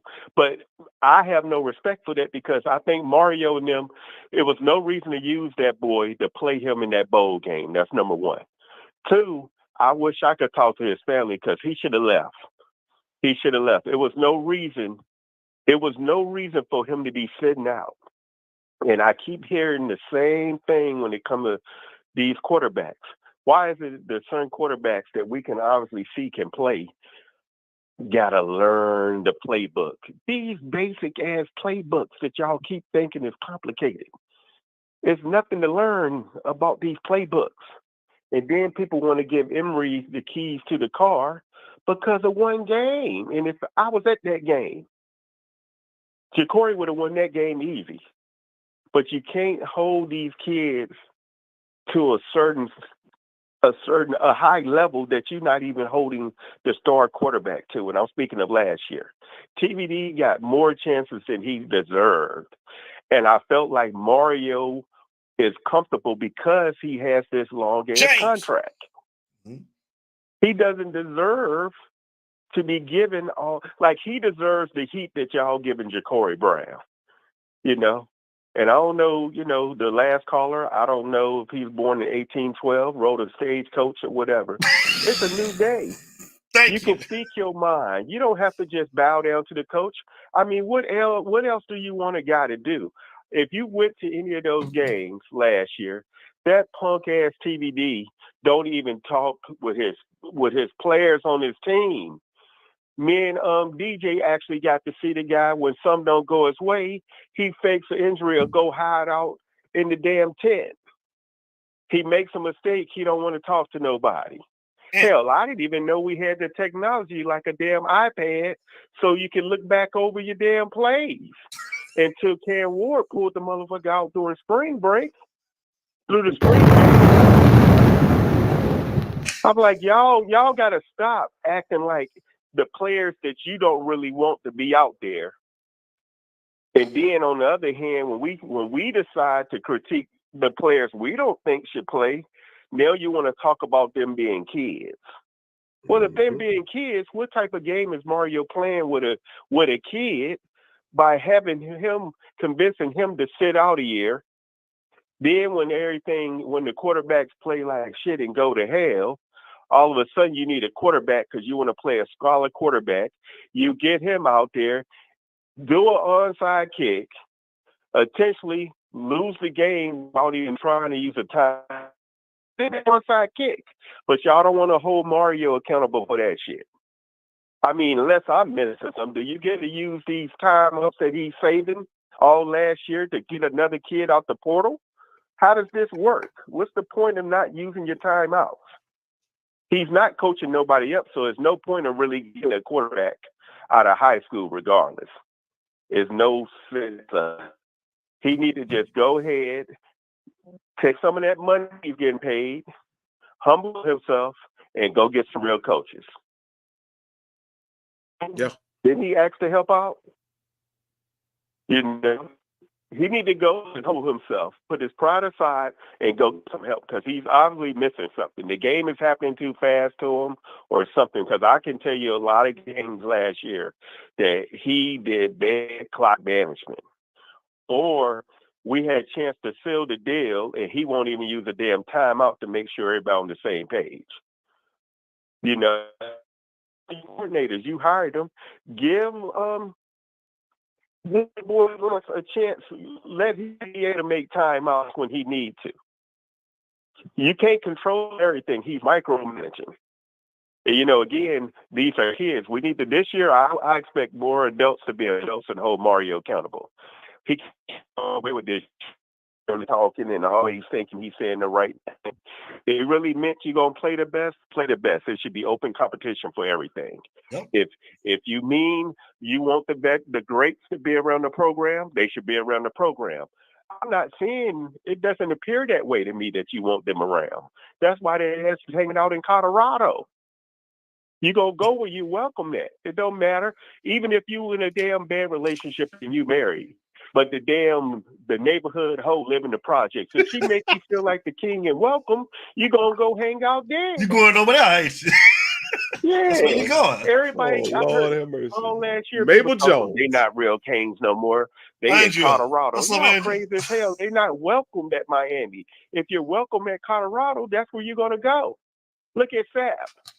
He ain't thinking nothing about no Miami. He's going where he feel like he's welcome.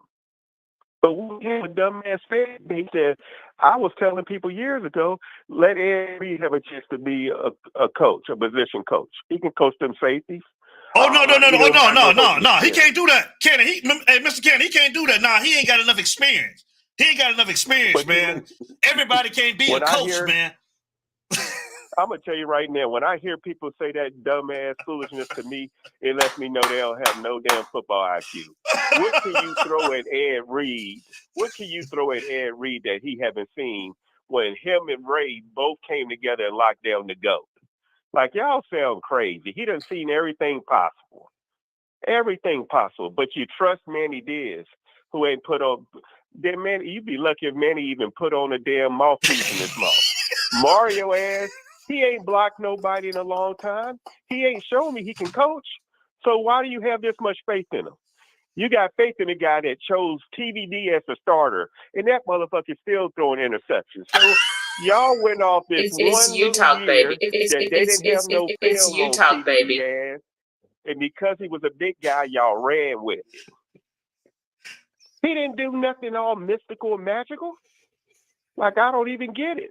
And to tell you the truth, we were better set at quarterback with with Kosey and Williams. They were better than TVD. But you got to understand that the quarterback position, you got to have faith in your quarterback and have real open competition. Mm-hmm. And if y'all really think that Saban wanted TVD, you motherfuckers on some K2. Y'all need to cut it out. Man, oh my gosh! I wouldn't be surprised if that story wasn't put out there by Mario and them to justify what they were going to do. Because motherfuckers that don't know football, oh, he got to be good. Saban want him. Saban don't want him. TVD ain't even as good as the boy that was there last year. He wouldn't have won those games that boy won at Alabama. Right. He can't think on the run. He done threw 3 interceptions already in the spring game at Wisconsin. So, I mean, we got to cut it out and call it what it is. Stop picking who you want to dislike. Stop justifying Mario. Oh, it must be something going on that we don't see. Nah, what's going on is Mario showing favoritism.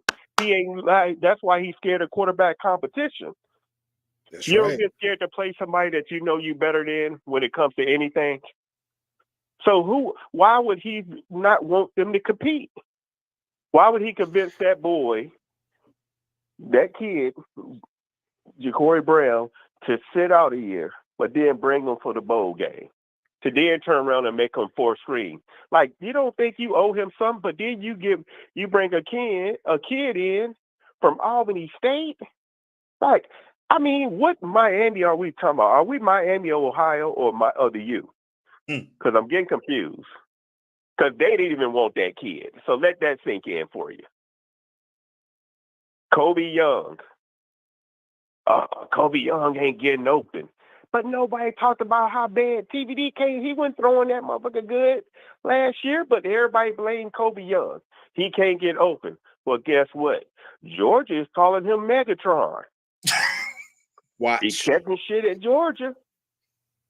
Watch. So all I'm saying is, I think Kobe would have got the ball if Jakuri would have gotten the game. TVD, he ain't no better than that first year when everybody got hyped about him, as good as he gonna get. He not gonna get no better. I didn't care for him as soon as he answered one question. What you been doing all summer? Playing golf? That told me he could care less. You actually Jakuri Brown and the rest of them, what they're doing, they're working on their game. But guess what? We don't have a coach that allow you got to get reps at that quarterback position. I don't know if y'all know that. Tell it. Stop thinking Tell this it. shit is like Rudy. You don't just come in all of a sudden and win it. It don't work like that. That's very rare. But if you were right, just look at Lashley at SMU. Their star quarterback went down, right? The next quarterback came in and they didn't really miss a beat. So what I'm saying is when you're coaching these kids up and you have competition, it's what it is. And again, I tell everybody, North Carolina would have never found out about May if they were going to just ride with the quarterback that was there prior to him. That's right. You go ahead every year. We ain't won nothing for it to be, we got a set starter in any position. If you want to be 100 about it, we don't have nobody on that team that shouldn't be competing for a position. We haven't won anything. Did we win the bowl game last year? Nope. When the last time we won a bowl game? 2017, the Russell Athletic Bowl. Mark Richt. West Virginia. When did it against West Virginia? Yep. In Orlando. You see that? And we sitting here giving a coach that everybody swore was going to have us head in the right direction. We ain't headed in no right direction. Right. I hate to tell y'all that. I know you don't want to hear it. We're not headed in the right direction because you just stated exactly what the issue is. We got a guy that if he went balls out for 1 year, we're in a worse scenario the following year. And I hope y'all understand that even if Cam is doing his thing, you better hope it don't come down to making no damn real coaching decision in the game on the line because we don't have a motherfucker that can think when the pressure bust pipes. He ain't shown me he can think under pressure. And, I'm going to land my plane. That's my 2.2, but, I'm tired of people coming on here. Oh, yeah. I'm just tired of people coming on and talking about their kids and they shouldn't say this and shouldn't say that. Motherfucker, this is America. This is why motherfuckers is fighting now for your freedoms and liberties. Don't give up your freedoms and liberties. There you go. Say what you have to say. As a matter of fact, I wish more was talking last year because there's obviously something going on. You see, TVD kept quiet and you saw what our record reflected, right? So, hell, keeping quiet ain't helping nobody. It ain't winning no games. Put some pressure on his ass. There you go. Because I think he one of the 5 coaches in the hot seat too, Mr. Kennedy, making how much a year? They got him as like that motherfucker ain't done enough to eat a can of damn Vienna sausages. He get his ass. Cannon. I mean, talking about going to the games. I go to my share of the games. Last year, I spent over $2,000 going to games. So I want to hear that shit about people who don't go to games. I want to hear that. And I probably need to cut back on going to games because I'm about ready to jump over that damn fence and go tackle his ass because he can't coach. But, that's all I have to say. We're going to see what happens. And for you fans that's only happy you think a good season is us beating Florida State and Florida Gators, you need to be ashamed of your damn self. You should want more. Right. Cannon, y'all. Cannon. It's you talk, baby. I think I'm going to get some Vienna sausage tomorrow. And then I got B-Mike. Well, he went back with the Vienna sausages. Yeah, man. Everybody know, man. The Vienna sausages, boy. You was hungry. You needed a quick fix. Open up that little can. That was your snack. That was it. If you ain't had, look. How many people ain't had a fork? And then they go stick the stick their finger in the fork, and when they stick their finger, you got a little small cut or whatever. Hey, it's you talk. Call the station name where you call it from. You stupid, Frank. This is my favorite group is 112. This is gonna be a short call. Hang up on this dude, man. I ain't trying to hear about the bull. Hang up on him. I know. You know what? Today I'm going to allow you to hang up on me. I will allow it. All right. No, we ain't like you, Cuban Can. We'll take the pressure over here, man. We'll take it. We'll hang up on you, come. You better be glad I ain't controlling the phone line because you'll be off. Larry Frank, put a smile on your damn face, man. I see your face, man. Put a damn smile on your face. I'm gonna get to you, Larry Frank. Smile. All right. We always talk about culture. Where did JB learn this culture from? TVD, right? Bad quarterback room, you get bad culture, right? So everybody talks about, oh, the culture is improving. I guess not, because TVD said, I'm going to try more of this bullshit. You know what I'm saying? And he tried them out. The only difference is JB forgot that he's a different skin complexion, and he can't pull what that other skin complexion can pull. So there you go. You know what I'm saying? But like I said on the chat, this is all a setup.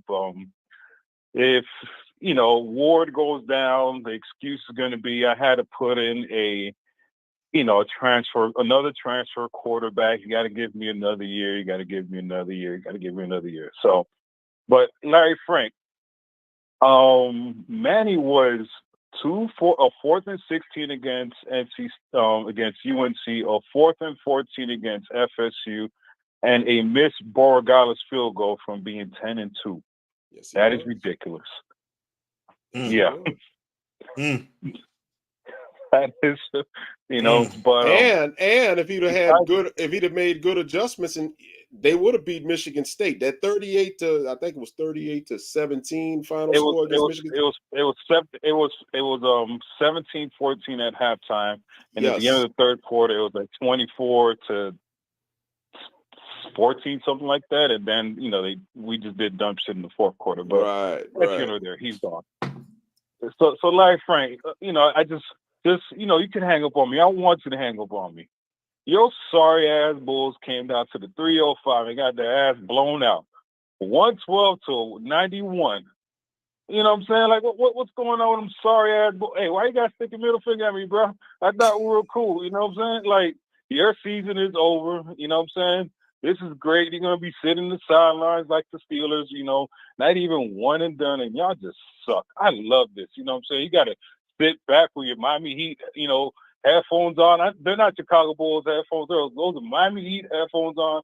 You know what I'm saying? And it feels so great because you just have to shut the fuck up and just listen to me talk because we whooped that motherfucking ass. Yeah, out the motherfucking playoffs. Love you, Larry Frank. B-Mike next, man. B-Mike, I'm holding it for you, B-Mike. Talk, baby. B-Mike and then James Freeman. I see you, James. I got you, brother. Listen, Frank, it is what it is, Frank. Hey. B-Mike, I'm holding the line for you, B-Mike. Come on. Leave it to the Chicago Bulls, man. I don't know what it is about them getting eliminated by the Miami Heat every year, but hey. James Freeman, I got you out to B-Mike. Hey, man, y'all welcome my guy, our brother. Be back in the building, man. Shout out to B-Mike. Shout out to B-Mike. The master is in the building. B-Mike, what up?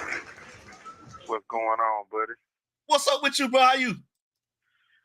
Man, hey, you already know what it is, man. Number did work, man. I missed the show last week, man, but I was at work today. I had some free time on my hand while I was in the office, so I went back and replayed the show from last week, and I was listening to it.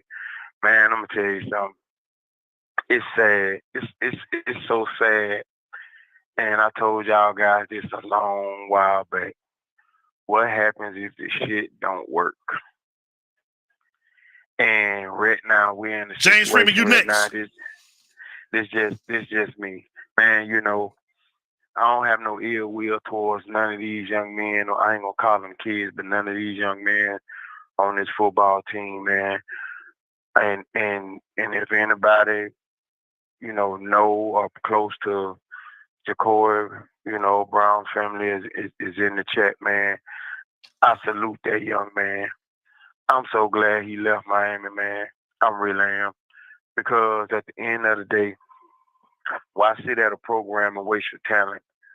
Why sit at a program and keep playing musical chairs with a coach that don't even want you there? Mm-hmm.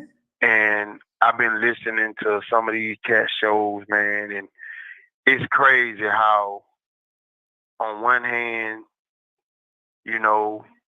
They wanted Mario. I didn't want Mario.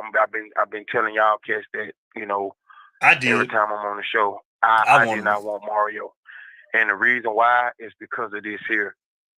You got too many fans that don't want to hold Mario accountable for his fuck-ups. That's true, though. And it's too much of that, well, it's a you thing. And nah, it's not a you thing. It's the fact that you have got somebody in the program that played there. It's the fact that you got somebody in the program that's still living off shit we done did in the past. And you also is the fact that you got a coach in the program that you're not going to hold him accountable. He's able to fuck off and do whatever he wants. Right. And the fans are just going to say, well, man, this Mario, this is how he builds and this and this.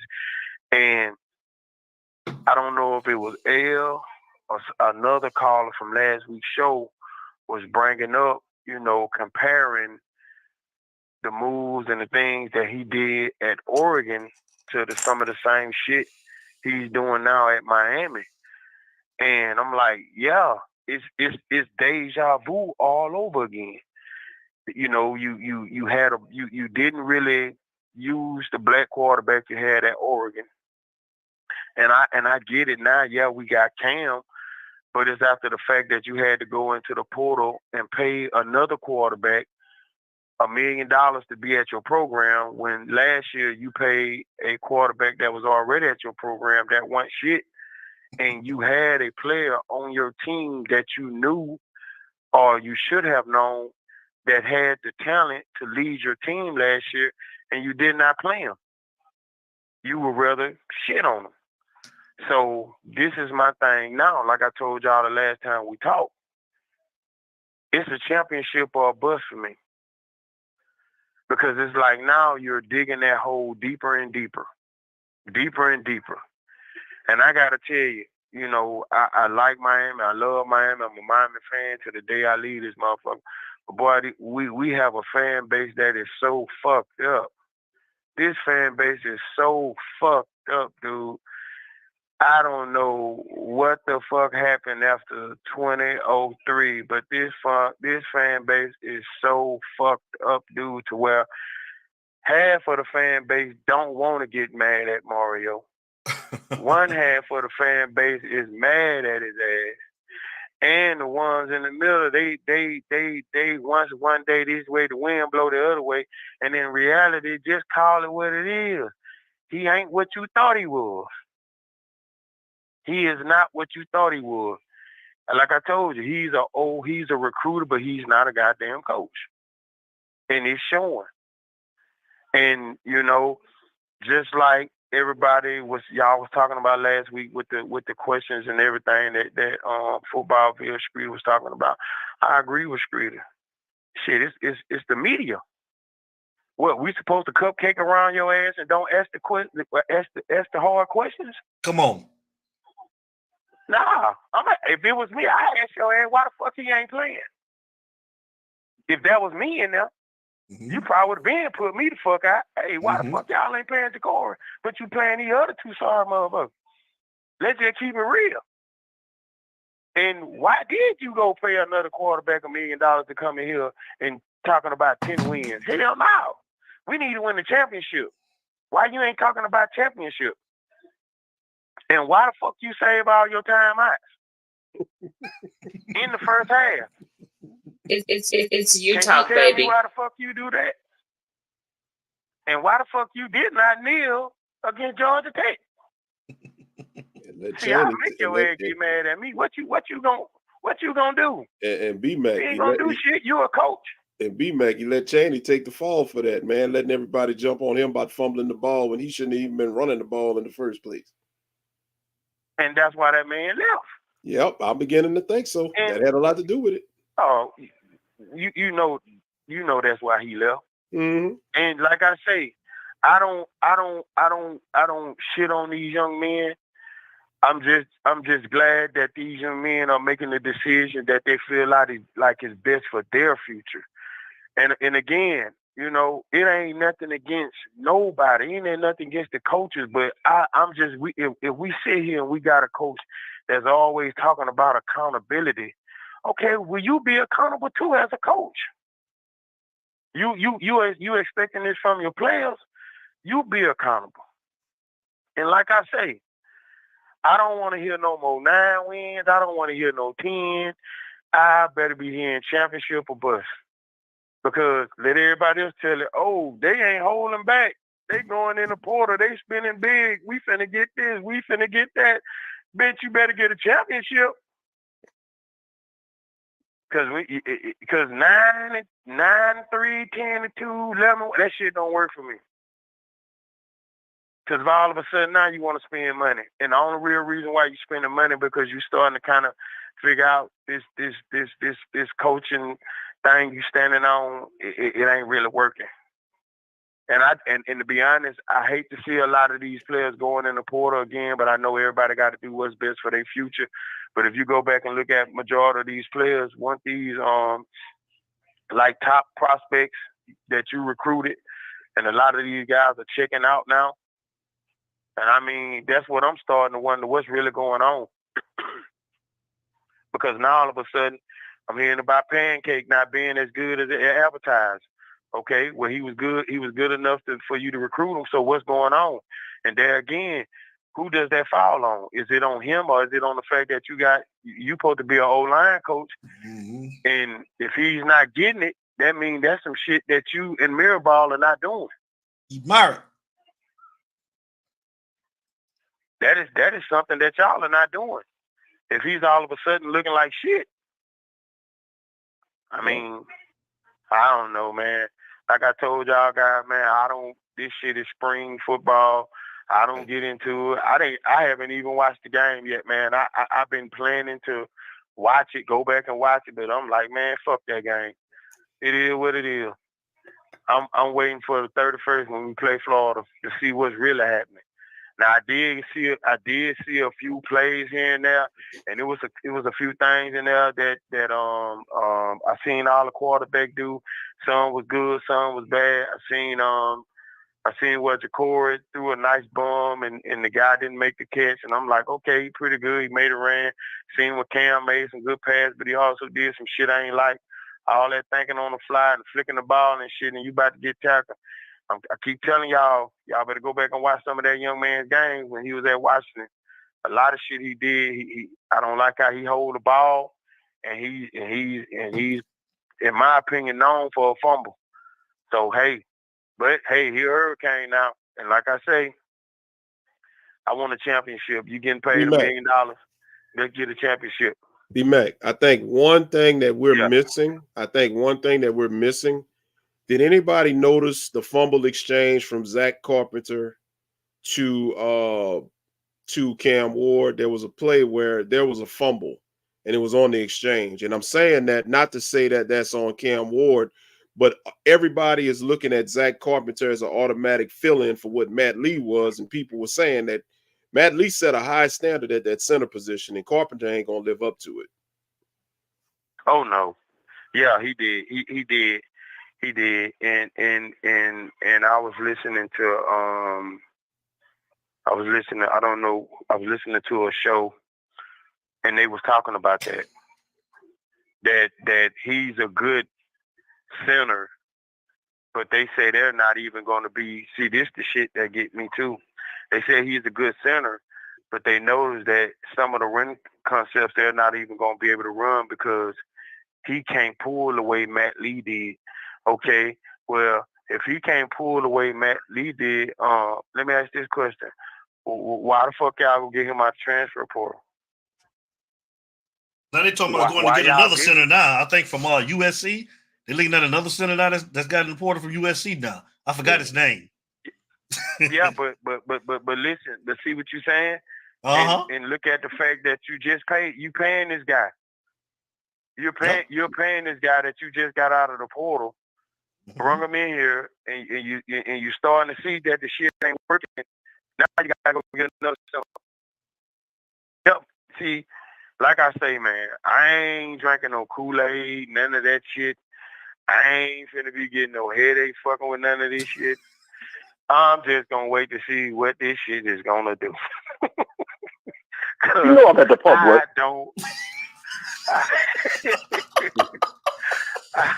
I don't trust it. I don't trust none of this shit. I don't trust it.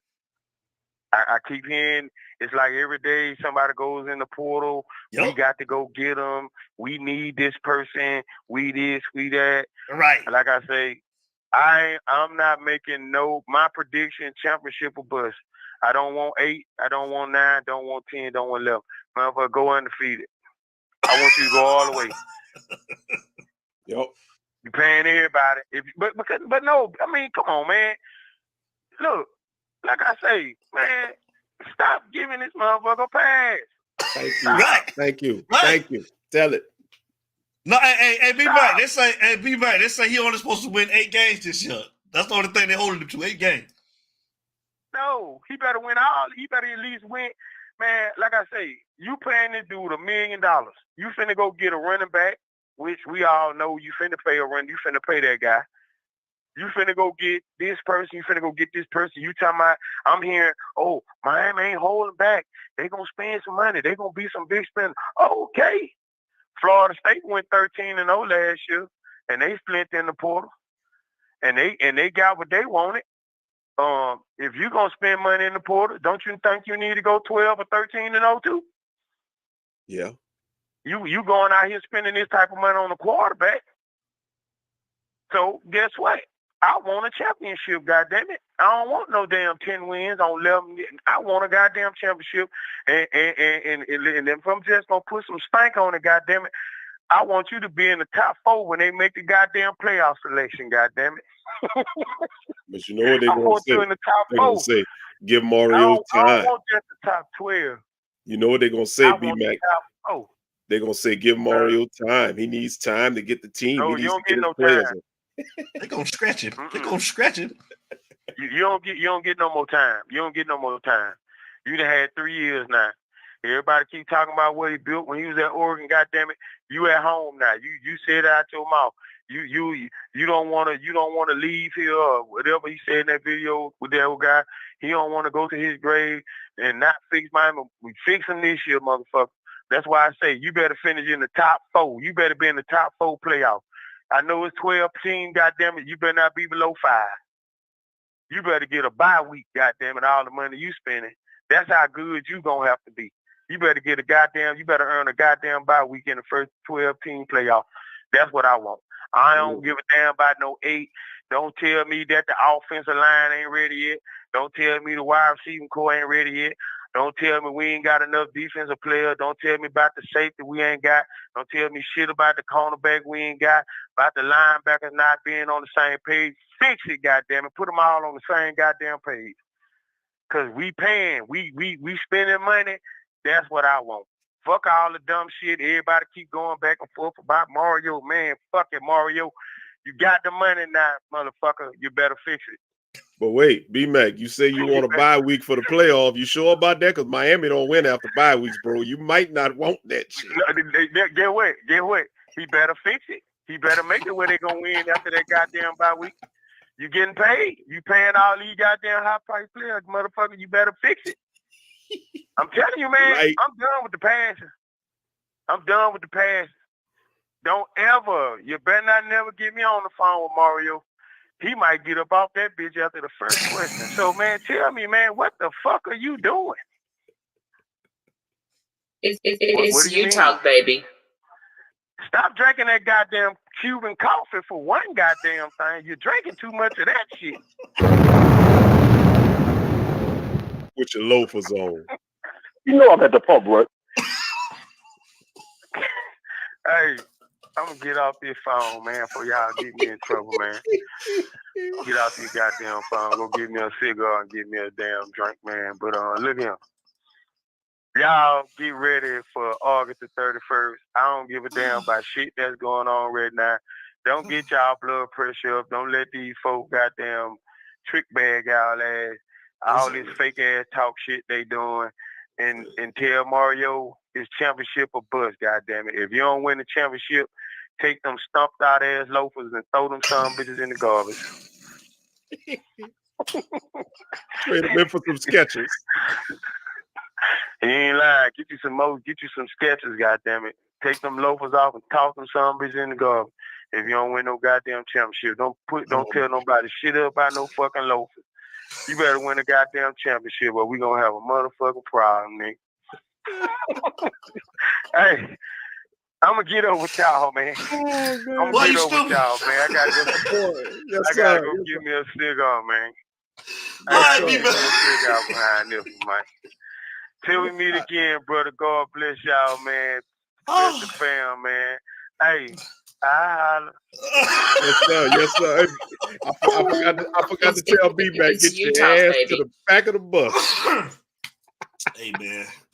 Yeah, man. I'm holding the line for James Freeman, man. I'm holding the line for our brother James Freeman. Come on, James Freeman. I'm holding it for you, brother. Stallion. Come on, Stallion. Call it, Stallion. I see other calls coming in, man. It's the VIP list, man. You know, I'm going to get my day ones first, y'all. I love y'all. After James Freeman, I'm going to let it fly. I ain't going nowhere no time soon. Y'all keep calling. I'm going to run it. I'm going to run it tonight. I got me some food earlier. I told Larry Frank, so I'm still running right now. I'm on a quarter tank, man, so we good. You're good. I got some more groceries that just came in the house, so I'm going to be out. It's our brother on the phone, man. Give a shout out to our boy, James Freeman, the Italian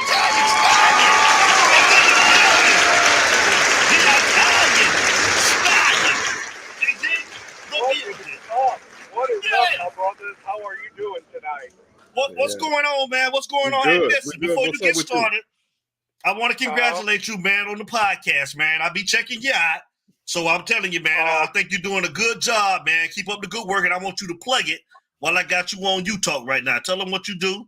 Tell them where they can find you at, bro. Brother. Yeah, me and my brother, two-pair Tate, Brian Tate up here in Knoxville. We started it's not quite U-Talk, but it's Rebels with a Cause, following my high school football team as we now going for that three-peat. We also got a pretty good boys basketball team, but we talk all sorts of stuff on Wednesday night at 9 o'clock p.m. So check us out on YouTube, Rebels with a Cause 1324, and we have a lot of fun. And Larry has a lot of fun with us on Wednesday nights too. So, yeah. For sure. That's what's up. Thank you, guys. And I could have done it without you guys, honestly. With you know, I just got that idea and watched you guys, and just we're getting better and better every week. And 30 subscribers so far, but hey, that's pretty good for a you know, little 5A school in Tennessee. So there we go. That's what it's all about, man. Well, we support you, man. Come on with that heat. You know I'm waiting on it. Let's go. Talk to me. All right. So listen, this is about to get heavy. I just settled all my lawsuits. Fuck you, Debbie. So here we go. It's U-Talk, baby. All right, so here's the deal, and I already can tell Cuban Kane's talking his garbage or whatever, and blah blah blah. Listen, man, look, I think we all agreed at the beginning we didn't want to be this 3 years later, 5 years later. Hell, somebody just mentioned 2003. We're looking at a generation later, okay? That this thing has not been fixed, and I mean, where do I start? I don't think it's just Mario. There's a bunch of bums in the room. Okay, let's talk about that great strength and conditioning program. I know it was funny when, you know, I was doing the Juicy impression and everything. Where's that motherfucker at? I mean, I haven't seen shit from the strength and conditioning program. You're still not getting 4th and 1, and you're getting blown off the ball by Rutgers and Greg Schiano's group. So I don't want to hear shit about that, and I don't want to know who is out and who's not. You know, you're still got half of the roster out for spring ball, and then here was the coup d'état of spring ball. Well, we didn't have any major injuries, motherfucker. It's football. You know, you can't do pillows against each other. Okay. And again, that goes back to where's all that money being pumped into this nutrition program? I thought we were paying some world-renowned psychologist to get these guys harder than the soft as a baby ass they are right now. Honestly, you know, I mean, you got kids you know, you got to watch what you say. Let me tell you something, motherfucker. If you're going to get on that field that Gladiators play and you're going to talk shit, you better get ready to take it back, get punched, and punch right the fuck back. It's U-Talk, baby. Absolutely clout. And I still see that look on Mario's face that's after the Georgia Tech game where he shit his pants. That's what he did. He shit his pants, guys. Okay. And I was so embarrassed at that moment of everything that I said. I own it. That's what I've always said. I own what I say, and I was wrong. And I'm going to tell you another brought to his knees, because I know that some people here are just Miami football. I like it all. Larry will tell you, I like Miami basketball and I like Miami baseball. And what a lazy fucking hire by Radakovich. He's right up there. He's another bum. You think Clemson really was crying about losing that guy? I mean, this motherfucker hires J.D. Arteaga, who was part of the problem of why the baseball team has been shit since 2003. Honestly, yeah, they had a couple years there, but the pitching has let you down in the most opportune moments. And so I'm not going to stay on baseball, but he's another guy that needs to be held accountable. Millions of dollars paid to these people, and none of us guys who seem to know it better than them aren't even getting paid a quarter of it. So there's something amiss. There's something amiss. Is it the curse of the Orange Bowl? Is it the curse of the Fiesta Bowl? I don't know. But they need to go to some botanica off of Calle Ocho and literally like exorcise the demons so some motherfucker can go in there and get it done correctly, because you're throwing millions of dollars at it, and the millions of dollars aren't even really sticking at this point. Coaches that have failed, coaches that can't keep their thing in their pants, they're hitting on janitors, coaches that are going after co-eds. It's you talk, baby. Ninth-year players that need to be in the senior citizens home instead of going to Psychology 101 for the fourth time. I mean, what are we talking about here? That guy hasn't ever caught a pass. And he's there as a sixth blocker. What happened to all these great offensive linemen? Zach Carpenter was the best available. Honestly, I think there was maybe a college center you could have paid a little bit more to and developed him. Antonio Tripp, that IMG thing, a joke. You know, I mean, I'm just saying that some of these guys have not panned out. Cuban just put in the chat room about Caleb Spencer transferring out. Okay, that's fine. Now you're starting to lose these great recruits that had you number 7 and number 4 respectively and all this crap. Well, here's the other thing. Newsflash. Why didn't they utilize Alonzo's talent for eyeing talent or developing talent? And he's not there no more. And so Mario's, you know, staying up all night. We're back to work, you know. Back to work for what, you know? And maybe that Cafecito is clouding his judgment that he's seeing a really great linebacker when he's just seeing another 3-star dud that did really good on 7-on-7. Okay? I mean, let's keep it going here. So you're paying money for a strength and conditioning program that has been absolutely abysmal, a nutrition and psychology program that has been absolutely a no-show in all of this. You've had coaches come in and out like a turnstile, like you're getting on the subway or what have you, that haven't stuck. And now you're relegating to getting players from the MAC because you can't get anything that's ACC caliber, and with all due respect, is the 4th best power conference behind the SEC, Big 10, and Big 12, respectively. It's you talk, baby. Even get anything in there.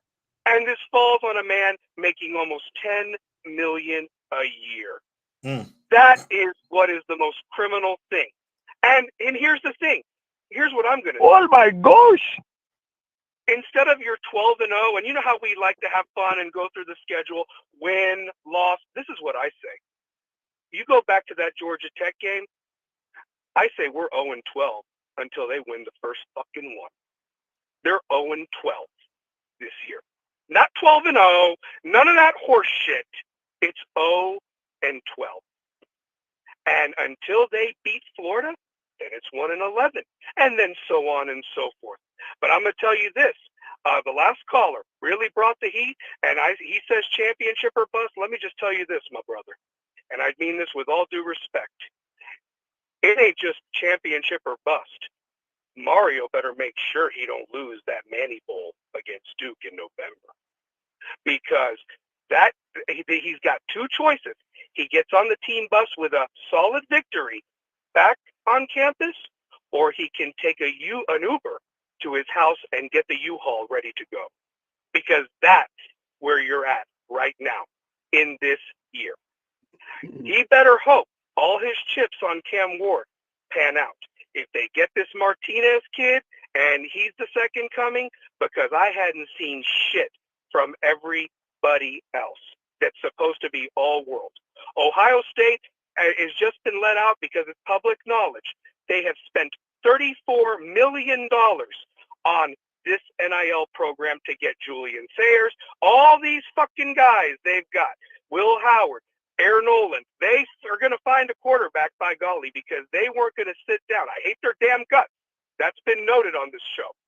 But let me tell you something. When you watch your rival win a fucking national title with the confetti, the Infinity Glove came on, and they absolutely spent whatever it was to make sure their howdy-doody puppeteer coach, who's faking fainting spells when he thought he was going to lose that receiver on signing day or whatever, they were going to make sure that howdy-doody, that motherfucker, gets his national title now that Harbaugh is with the Chargers. And they even took a head coach from another program to make sure that the offense got ran efficiently with Chip Kelly. They ain't playing around. And I hate their guts. But what money are we spending correctly? Because we ain't spending money correctly, guys. As a matter of fact, they should have taken half the money that they've spent right now, and I would have taken them out back and kicked them all in the nuts and called it even, and then I would have distributed it to all of us for the pain and suffering we've had to watch of this joke for not only these last couple of years when we had some sort of excitement, and then we were still the laughing stock of football, but also this generation that we've had to put up with. It's you talk, baby. Spring game that I did not bother to watch from start to finish, and I actually sat through that 0-0 shit years ago with Larry Coker, and I couldn't believe that I actually thought we'd win more than 5 games that year based on that. But I was so bored watching this spring game that by the second quarter, it was deleted off of my DVR. And I said it for 3 reasons. One, I don't even know who's going to be on this team, because anybody that shows out on Tuesday morning is probably not even going to be here anymore, and that actually happened. Number 2, who's going to get hurt and not do what they need to do or do something stupid and not even be on the team or available this fall? Why get your hopes up? And number 3, because they didn't deserve the other 2.5 hours of my time to watch that product that they've put on the field. They should all be ashamed of themselves. They should all owe everybody an apology. There's no more excuses.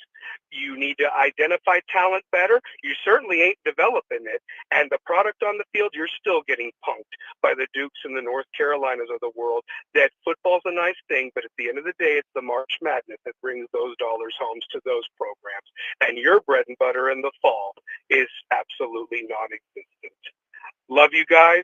That's what I got. Show me something, Mario in Miami. Get up off your asses and make me care about more than my high school football team, because I'm almost convinced they might give you guys a run for the money when you can't take a knee with 2 minutes to go. Love you guys. Keep it going. Love you too. Hey, plug the show one more time. Plug the show again. Brother, thank you so much. It's Rebels with a Cause, Wednesday nights at 9 o'clock. Myself, the Italian Stallion, my boy Two-Pair Tate, Brian Tate, bringing the heat, because remember, the Cause don't stop when the clock hits 0. Hey, James, hold up, James. Just to give them a little tidbit of how wild it gets. Devin, I don't know if you saw the show the other night. It got so wild. We were talking about, it came out about P. Diddy and Carl Winslow, right? That came up. Johnson, Jesus Christ. Bro, it gets wild on that show. Hey, Larry. Yeah. We actually have to start taming it. Remember, we started when Troy was on there, my former teammate, and then you bring in the heat. I'm telling you, it's like it's Rebels After Dark. It ain't Rebels with a Cause anymore. It's Rebels After Dark or something like that. Right. But I'll tell you one thing. I have this little thing every Christmas where I watch Die Hard, and all I'm going to think about when he's on the little speakerphone talking to John McClane and they're having that bro moment, he's thinking about P. Diddy sodomizing in his ass or whatever like that. Singing Feliz Navidad or whatever. I mean, it just ruined the whole thing. I mean, what's next? I mean, who are we going to find out next that this happened with? I mean, this guy, he's really making R. Kelly look like humanitarian of the year at this point. So, goodness gracious at this point. I mean, and you know what the worst thing is? Like, there's confessions in all these songs, and we were just like, oh, wow, we like the beat. We should have been listening more to the lyrics, but we were all high and drunk having a good time at the club. They were confessions. in I Need a Girl, when P. Diddy's had I Need a Girl, he said, I knew a girl that was like Halo. I need a little girl, so yeah. He said, at first we became lovers. You was more than my girl. We was like brothers. And all these years later, I'm like, what the hell were we listening to? Hey, everybody thought he was writing that song for J-Lo. It was for it was for like the future of Selena Gomez and what's his name, Justin Bieber. He was writing about them or whatever like that. Gonna make them stars someday. So, oh my God, how horrible! Boy! I tell you, if he got the Urkel, we ride, dog. We ride if he got the Urkel, bro. If I find out it's gonna happen. I wouldn't be surprised, brother. I wouldn't. That's for another show, y'all. All right, Freeman, man, we gonna holler at you, brother. Love you, my guy. Oh boy. All right, Freeman. It's you talk, baby. He did, Chris, but he went down. All the way down. Lines are open, man. We got the VIPs, man, out the way, man. Lines are open. Come on, man. I'm still taking some calls. If y'all want to call up, man. The lines are open, man. Wow. Hey, D, check yourself. You got an echo going. Check yourself right quick. Oh, okay. Hold on. You good now? You good. I check. Yeah, okay. Oh, boy, that's crazy, man. Y'all wild, man. Okay, we got a caller coming in. It's a 225 number. I don't know who this is. This is somebody new. 225, that's my way. Talk. Caller, state your name and where you're calling from. What's up, Mr. Devin? This South Coast Kane, man. How y'all doing? South Coast, what's going on, man? You know we got to bring you in right, man. Welcome, South Coast.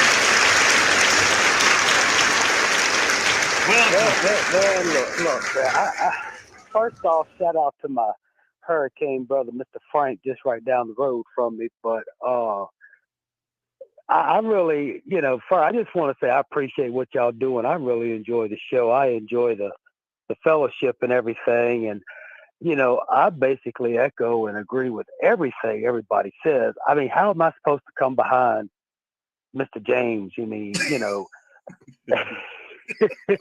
but just listen, real quick, bro. And we just finished talking about P. Diddy, so coming in behind and just choose your words wisely, bro. That's all I'm. Go ahead, bro. I'm sorry. Pause.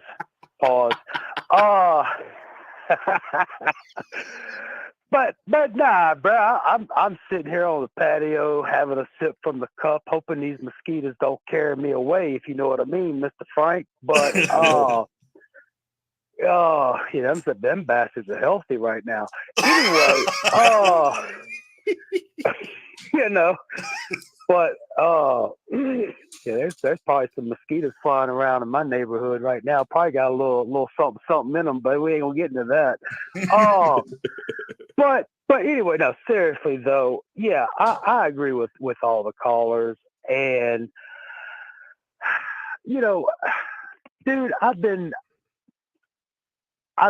following this university for longer than I like to tell, but it's the same thing, man. It's a wash, rinse, repeat. And a lot of these, I think, Mr. Frank, you called them sunshine fans.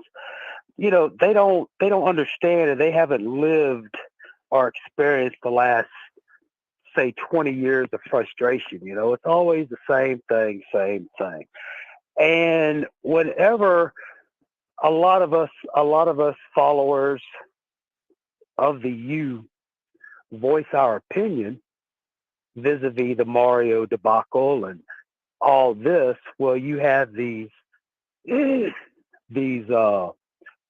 addicts like to get on their high horse, and they call you everything but a true fan, and that's cool. That's cool. That's fine. Everybody's entitled to their opinion, no matter how wrong it may be. But one thing I notice about Mario, he loves to give interviews. He loves to talk. But, I'm waiting to see a product on the field.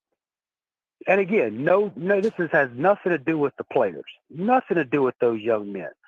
But set these young men up for success, dude. And it's I know Chris Kane talked about it. Good guy, Chris Kane, good guy. You know, I said it earlier today. You know, Lord, please keep Cam Ward healthy. You know, and I got blasted. I mean, you know, God forbid if you say anything bad about the 8 for 23 South Beach Savior. But he just doesn't have the experience yet. Right. You know, and Cuban can, that's right. I talked to Cuban. Cuban's a good friend of mine. I admit it online. But I mean, if you look at the numbers, you know, if you go tit for tat, you know, to me, JB had a better outing than Emory did. Now, of course, you know, Emory had the Clemson game where he had like 25 wide receiver screens, you know, and then he went 8 for 23 against Florida State. And again, this is not a knock personally against Emory. No, not at all. He's freshman. He was just playing high school ball the year before. Yes. You know, and JB comes in, you know, in 2022, put in a no-win situation. Okay. And then goes up against Rutgers because, you know, the coaches had no other option but to come and, you know, get JB to bail their ass out. And, you know, if you watch the game, I mean, I'm no expert, as one person said, but if you watch some of the throws that JB made, you know, it's like, damn, that's good stuff, you know? And for some reason, I don't get it. I don't understand it, but it seems like ever since Coker the Choker took over, you know, back in, you know, 01, they just been relying on the stars, relying on the talent. There has been no development, no coaching, you know? And I mean, you know, Shannon was fired after going 7-5, I believe, 7-5, 7-6, you know? And it's just, you know, I'm not saying I'm anti-Mario, but let's look at the facts. And the facts are, you know, he wants to put his you know, hush puppies on, fly around in the helicopters. Okay, that's cool. But, you know, yesterday he was a master recruiter, but now none of that matters. He's a portal tycoon, you know, and the folks with the, how can I say it, Sweet 16 love crush on Mario, they keep moving the goalposts to fit their narrative. Yes, sir. And yes, preach. You know, and that's what I really enjoy about folks like you, Mr. Devin, you, Mr. Frank, Cuban, Chris Kane, I believe it was Mr. James, you know, the other callers that were on the line, even my good friend Shad, you know. Shout out to Shad. We don't, yes, we tell it like it is. We tell what we feel, you know, and it's just so frustrating. And unfortunately, you have some folks on the airwaves that prey on the desperation of people, you know, the old snake oil salesman, if you will. You know what I mean? Because, you know, back in the Depression, the Bible salesman made some money. And that's because they preyed on the desperation of people, which is what they're doing now. This is what they've been doing ever since Coker the Choker got fired. You know, it was the same thing, wash, rinse, repeat. But, I mean, there's really nothing more I can really add to the conversation because all these fantastic folks have really nailed it on the head. But I just wanted to just call and personally thank you, Mr. Devin, and you, Mr. Frank, for providing another avenue for us to speak the truth. Yes, sir. Absolutely. You know, and I am so glad I found y'all. And, I'm a Spurs fan, so I can't say anything. So I really don't care who wins or loses.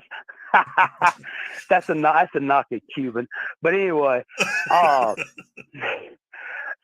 thank you, fellas. I appreciate what you're doing. Y'all keep up the good work. I will continuously, check in and watch y'all as much as I can.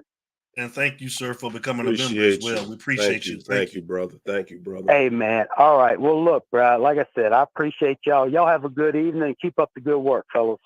All righty, sir. Thank you very much. Thank you, sir. Thank you, sir. All right. Bye. All right. All righty. Love it. It's you talk, baby. Like you say, this is the people show. This is the people show. Good, bad, indifferent, whatever the case may be. You can agree. You don't have to agree. We're going to take your call. We're going to play your messages. No matter what it is, it's the people show, man. 2 hours and 25 minutes. Do we got anybody else that got anything on their mind? I got the line still open before we get out of here. Anybody else want to say anything before we get out of here? And two, while we talking about it, you talk winning at the game of life. I had to push it back a week. And we got somebody else that has something to say. We about to answer the phone. I got some time. I got time today. You got some time? I got time today. It's Utah. Call us. State your name and where you calling from. I want to hang out with old Eddie Kane.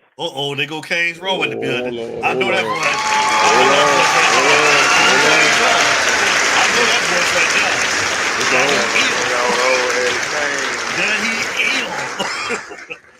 What's up? Hey, number one, I want to say, Larry Frank, I'm upset you didn't tell me about the Rainbow Club downtown the Bourbon Street, Mardi Gras. Hey, man. You should have told me you was coming, and I would have told you, don't you go on that dark end, because if you go on that dark end, boy, you better guard your backside, boy. Larry Frank, did he post it? Did he post? Because he like posting. Did he post it? It's on TikTok. I got TikTok. I ain't gonna put my boy business on like that. I ain't gonna put his business on like that. I'm gonna share it to my page, y'all. I'm gonna share it. I'm gonna go get it. Number two, I want to thank Steelers for picking up Russell Wilson's trash. For making him y'all starting quarterback. Here we go. Yeah. So I just wanted to get those 2 points out the way, and I hear everybody talking about JB. JB got off to Georgia. Shout out to Loudoun County. You know what I'm saying? Stay in the same state, but I think my boy has to go to Auburn. Hands down. I talked to Chris about it. I think I shot y'all a message about that. You did. He has to go to Auburn. And the reason I say he has to go to Auburn because Hugh Freeze made Malik go into the NFL draft. Y'all know who Malik is, right? Yeah. Liberty. That's the kid that play. Yeah. The quarterback. So he's going to coordinate his whole offense around that guy, and it's going to be an RPO, and it's going to look good. And also, you got to think about it. Auburn also had Jason Campbell, Cam Newton, Nick Marshall. Those guys elevated at Auburn after transferring.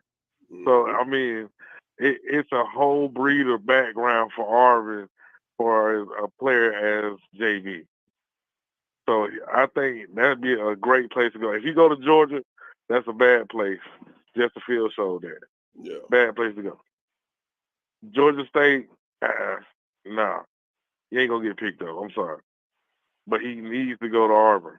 But as far as Mario, y'all should have learned from Manny. Sorry, Cuban people. I'm not trying to be offensive. At the end of the day, it's not working out.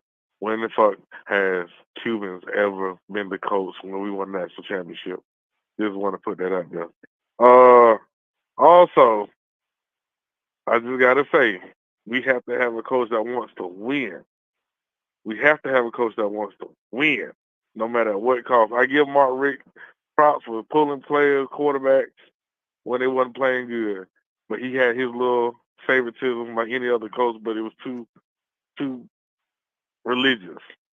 But he knew when to pull players and switch them out. But we have the NIL now. So they paid TVD that money to stay, not to go to Alabama.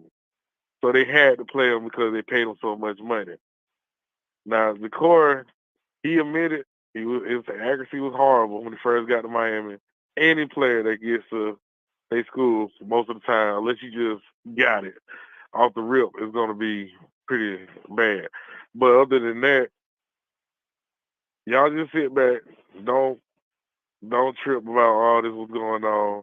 Because at the end of the day, it's going to be like a Bush Davis situation. Either Mario is going to win, or somebody like Lane Kiffin's going to come over from Ole Miss after his contract is over, take over, and win the championship with what Mario has left. Either way, we'll be back in prominence eventually. Just got to go through the even more bad years. Like Cam Ward get injured. When it happens. Yeah. Yeah, hopefully, pretty good. But you know how they go. You know, it's something about this. And I'm not saying all Cubans are like this, but it's something about these Cuban coaches because they're too prideful, right? And they do things to fit their narrative. From Manning to Mario, it's still the same thing. At the end of the day, you sit your best players. You got dogs, but you sit them on the sideline. You get rid of them just to get some players that's either mediocre or just fit a roster spot. It's been like that ever since. You know what I'm saying? It's the same pattern. Great car salesmen, politicians, whatever you want to call them. But at the end of the day, it's just going to be like a Bush Davis situation. That's how I see it because he's building something. And I ain't going to say he's building a great thing, but he's building something that another coach is going to have to come over and take over and push it over their heads. That's the only thing I see. I'm not giving him no more years. Yeah, he hoodwinked me like Biden did. I voted for Biden. You know what I'm saying? He ain't doing that. He did the same thing with Mario. I wanted Mario, but at the same time, I wanted Butch. But at the end of it, anyway, I was hoodwinked, just like everybody else. But give it time. I ain't talking about Mario. I'm just saying, give it time. It'll work out. We'll get another coach, or somebody kick Mario in the ass, and then after that, things go in a year. But right now, we can't do shit about it. The contract got him in, unless they buy him out. Nah, he wrong for doing JB like he did. But I just want to know what the same energy at when the coach was getting there like that. Because the coach has the whole thing. He can run. He might not do the 4-4, but he can run. He was accurate passing. But at the same time, JB, he started looking good these past couple of seasons. To be honest, that running game, he shot the hell when he threw that deep ball and it was on the money. I was like, well, damn, he don't got better. Then after they seen him in the spring game, I was like, yeah, he definitely number 2. Because I ain't gonna lie, when he first got there, yeah, he wasn't that guy, but he definitely could be a second string now. Well, right now, I think he could be a starter at Auburn. That's just me. I'm not looking at Emory. I'm not looking at this. I'm looking at how he progressed, and he has progressed. You can't knock him for that. He has progressed. But does he fit the system, the air raid system? This is another thing is that the conservative shit. We're air raid, not RPO. I got to get that out of there. We're air raid, not RPO. So the best system for him is Hugh Freeze. Mario actually did him a favor by letting him go because in that system with Mario being conservative, all he would do would make JB look even worse in his eyes. Even though I'm not saying he's worse, I'm not saying he's bad, but I'm just saying in Mario's eyes, he gonna look worse in his system, which is air raid. I don't say it was a year before last. I think you had the Utah event. Yeah, that year. What year that was? 2008. 2 years ago. I said the best team for JB would have been Georgia Tech at that time, but I didn't know they had King. But since they got King, Auburn would be the best fit. Auburn would be the best fit because Hugh Freeze always catered to the quarterback that JB is. Now, Georgia Tech, they got 2 quarterbacks. They don't need no help. But if JB wants to start right now, Auburn will be the best fit for him right now because they got a senior quarterback. He's not working. They got a sophomore quarterback. He's not working. They got no transfer portal guys. That would be the best fit for JB right now. I even messaged JB in his inbox on Instagram and stuff like that. I was trying to just 229 person. I was just letting them know, just a mention. I'm not saying to go there, but mention. Go to Auburn. Because look at what it did for Cam Newton. Look what it did for Cam. All them boys, Nick Marshall, all them boys had a chance to show their true talent, capabilities. And it worked. He even got Malik in there from Liberty. Look what Hugh Freeze did for Malik. Imagine what he could do with JB. JB could throw way better than Malik. Mm-hmm. I'm just saying, and he faster than Malik. Imagine what he could do with Hugh Freeze. Hugh Freeze him together? Come on, man. Ain't even no question. Oh, yeah, but Larry Brown, I'm not going back to Mardi Gras no more either. Just let you know that. I'm not going back over there no more. Come on, man. That is a wrap. I'm not going back over there. When I tell you, I was saying that, what's that bar called? Hideout. I was a Hideout, man. Oh, my God. In the Fresh Quarter? When I tell you, no, in Bourbon Street. Yeah, that's all the French Quarter, yeah.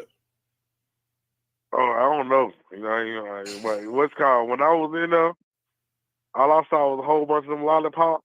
You know what I'm saying? Yeah. I saw a whole bunch of them lollipops over that thing. We had to leave. I said, Yeah. You was on the dark end though, man. You saw them lollipops. You just better be glad ain't nobody ready to start doing no licking because they was coming for you. No, they weren't. They weren't doing none of that. None of that. He like to hang out in post though. Yeah. He like to hang out though.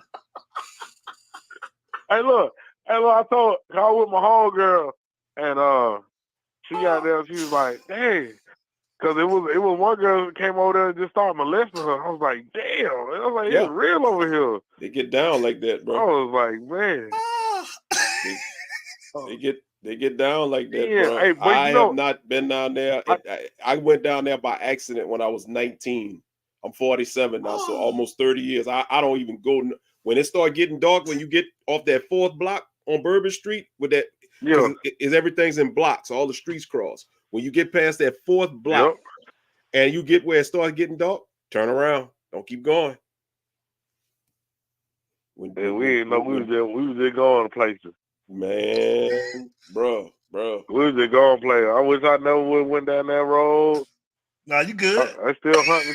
You good. Nah, hell I ain't. You should. But that's why I told you should have hit me up.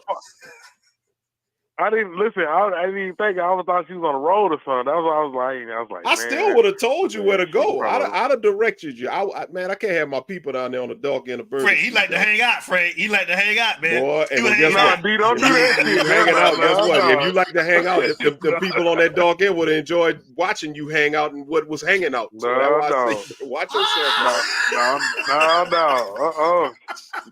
No. Hey. But I do want to ask y'all, did y'all see the tickets? Did y'all see the tickets for these games this season? Especially the Georgia Tech game, man. I saw the ticket. Well, I said it last time. It's $411 for one ticket. I won't be going. Where you were last year? Cause we were right there where we was like right at the. Y'all was across from me y'all was in like section 1 something across from me. I was at 132. Yeah. I was over there Islam way. Yeah, we was. Yeah, y'all was across from me at 1 something. Yeah, but the ticket last year was like what by 2? What they were like by 180. What was it, about 180? Yeah, something like that. But them motherfuckers went up to 411. I'm looking like, damn. I was like, what championship did we win for us with them teams to go like this? I was like, damn, Mario. I know we got Cam Ward, got to pay the $1 million baby and shit, but goddamn, y'all triple with these tickets now, son. We worked too hard for this. No. Man. If we go to Atlanta, we gonna do. We go to Atlanta. We're gonna do the U-Talk bash in Atlanta. We going to a sports bar. We is not paying no $400 for no ticket. No. Hell no, not to see no damn them play no damn Georgia Tech. No. Yo, that motherfucker, we lose to Georgia Tech again, goddamn. What the fuck going on? Facts. But yeah, I know I had to call in because I had missed. I ain't go to the bar tonight. I said, I gotta catch it. So I ain't catching. So I've been drinking. I said, yeah, then I got to stop and go talk to these bitches at the, I mean, my bad. I mean, you got to stop talking to these females at the bar. And man, I was like, I got to catch the dog show. I know I was like, man, I've been trying to catch this show for a minute. Yeah, they ain't been sending out the things, man. We appreciate you though, man. Yeah, we appreciate you. But yeah, but this time when I come up to that U event, Frank, don't be going over the wrong. Listen, whoever them legendary players. I don't care about none of that. I don't care about none of those things. I got the questions right. I don't want no smoke this year. I'm letting Derek Alford handle that. Unc gonna handle the questioning this year. Now Unc a little hard of hearing, so like I say, you got to make sure. You know, we're gonna let Derek Alford handle that. You know he listening. I know he listening. You know he listening. Yeah. Unc be like, huh? You like them old school folks, huh? He finna be talking shit after the show. Yeah.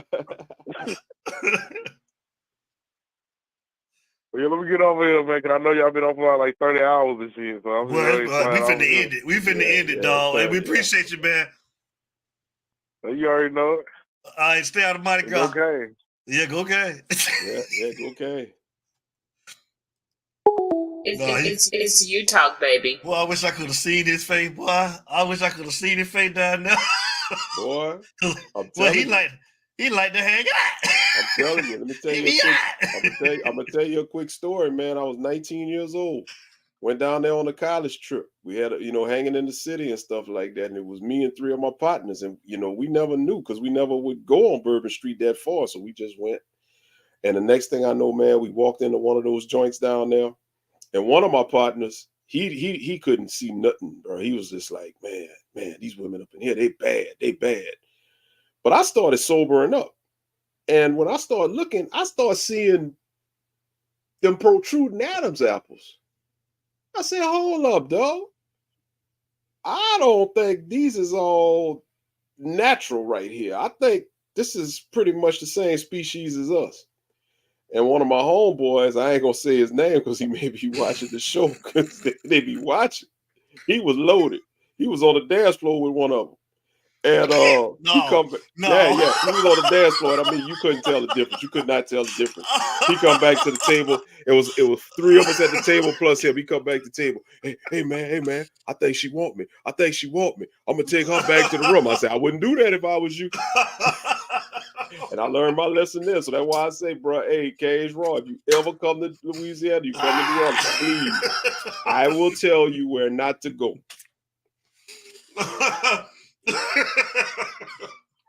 Y'all stupid. Gonna petition that woman. Gonna petition that woman talking about, I got $40 for it. Oh, yeah. I got $40. Then they gonna come back. Well, you ain't getting your money back. That voice go deep on you. Shit. Oh, man, get me out of here, man. Go and take me home, man. Hey, it's been a wild show tonight. Listen. 2 hours and 42 minutes, man. 2 hours, 42 minutes, man. Let me do like Cannon and land this plane, bro. Listen, as I always say, thank you for the support. Thank you for rocking with us as y'all do, taking time out of y'all Friday nights. When we come back in the season, it's always going to be Fridays with the hype show, Monday with the recap show. We just, appreciate each and every one of you. Thank you to all the callers, man. All great calls tonight. Great interaction. The chat was live as always. Thank you for that. Whether we agree with you or don't agree with you, whether you agree with us or don't agree with us, we all family. We thank you. As we keep saying, man, like, subscribe, hit the notification bell. That way you can get your notifications. It's too many shows we're doing and them notifications ain't going out. These shows are about to get liver and liver and liver. Winning at the Game of Life coming up. We'll have announcements on that. Are we doing a Kane show next week, you say? Next Friday? Yeah. Okay. Friday. All right. So we'll be back next Friday. We'll have another hot topic as we always do. And, y'all be safe. Have a great weekend. Stay prayed up. And, hey, if the Lord says the same, we'll see you next week. Yes, sir, man. Like, I ain't got much to say, y'all. Thank you guys for tuning in tonight. Y'all already know, man. We appreciate everybody. Shout out to the chat. Shout out to all the callers. Shout out to everybody. Like I said, we're going to come back next Friday. 8 p.m. same time. Utah winning at the Game of Life May 3rd. I pushed it back from this week because I wanted to touch on the spring game and get you guys' thoughts. So everybody have a safe weekend. Enjoy yourself. Stay safe. And definitely be posting the schedule. Just check, like I say, Utah Sports Show everything on TikTok, Instagram, Facebook, Twitter. Utah Sports Show everything. So we appreciate everybody. We love you guys. Y'all stay safe. Take care of yourself. And y'all know how we start every show. And y'all know how we end every show. It ain't no us. Time for them groceries, y'all. Without you, baby. And we out, man. Thank you to everybody that subscribed to Utah, man, the new members. We appreciate you. We love you. You already know what it is. It's Utah. Stay safe.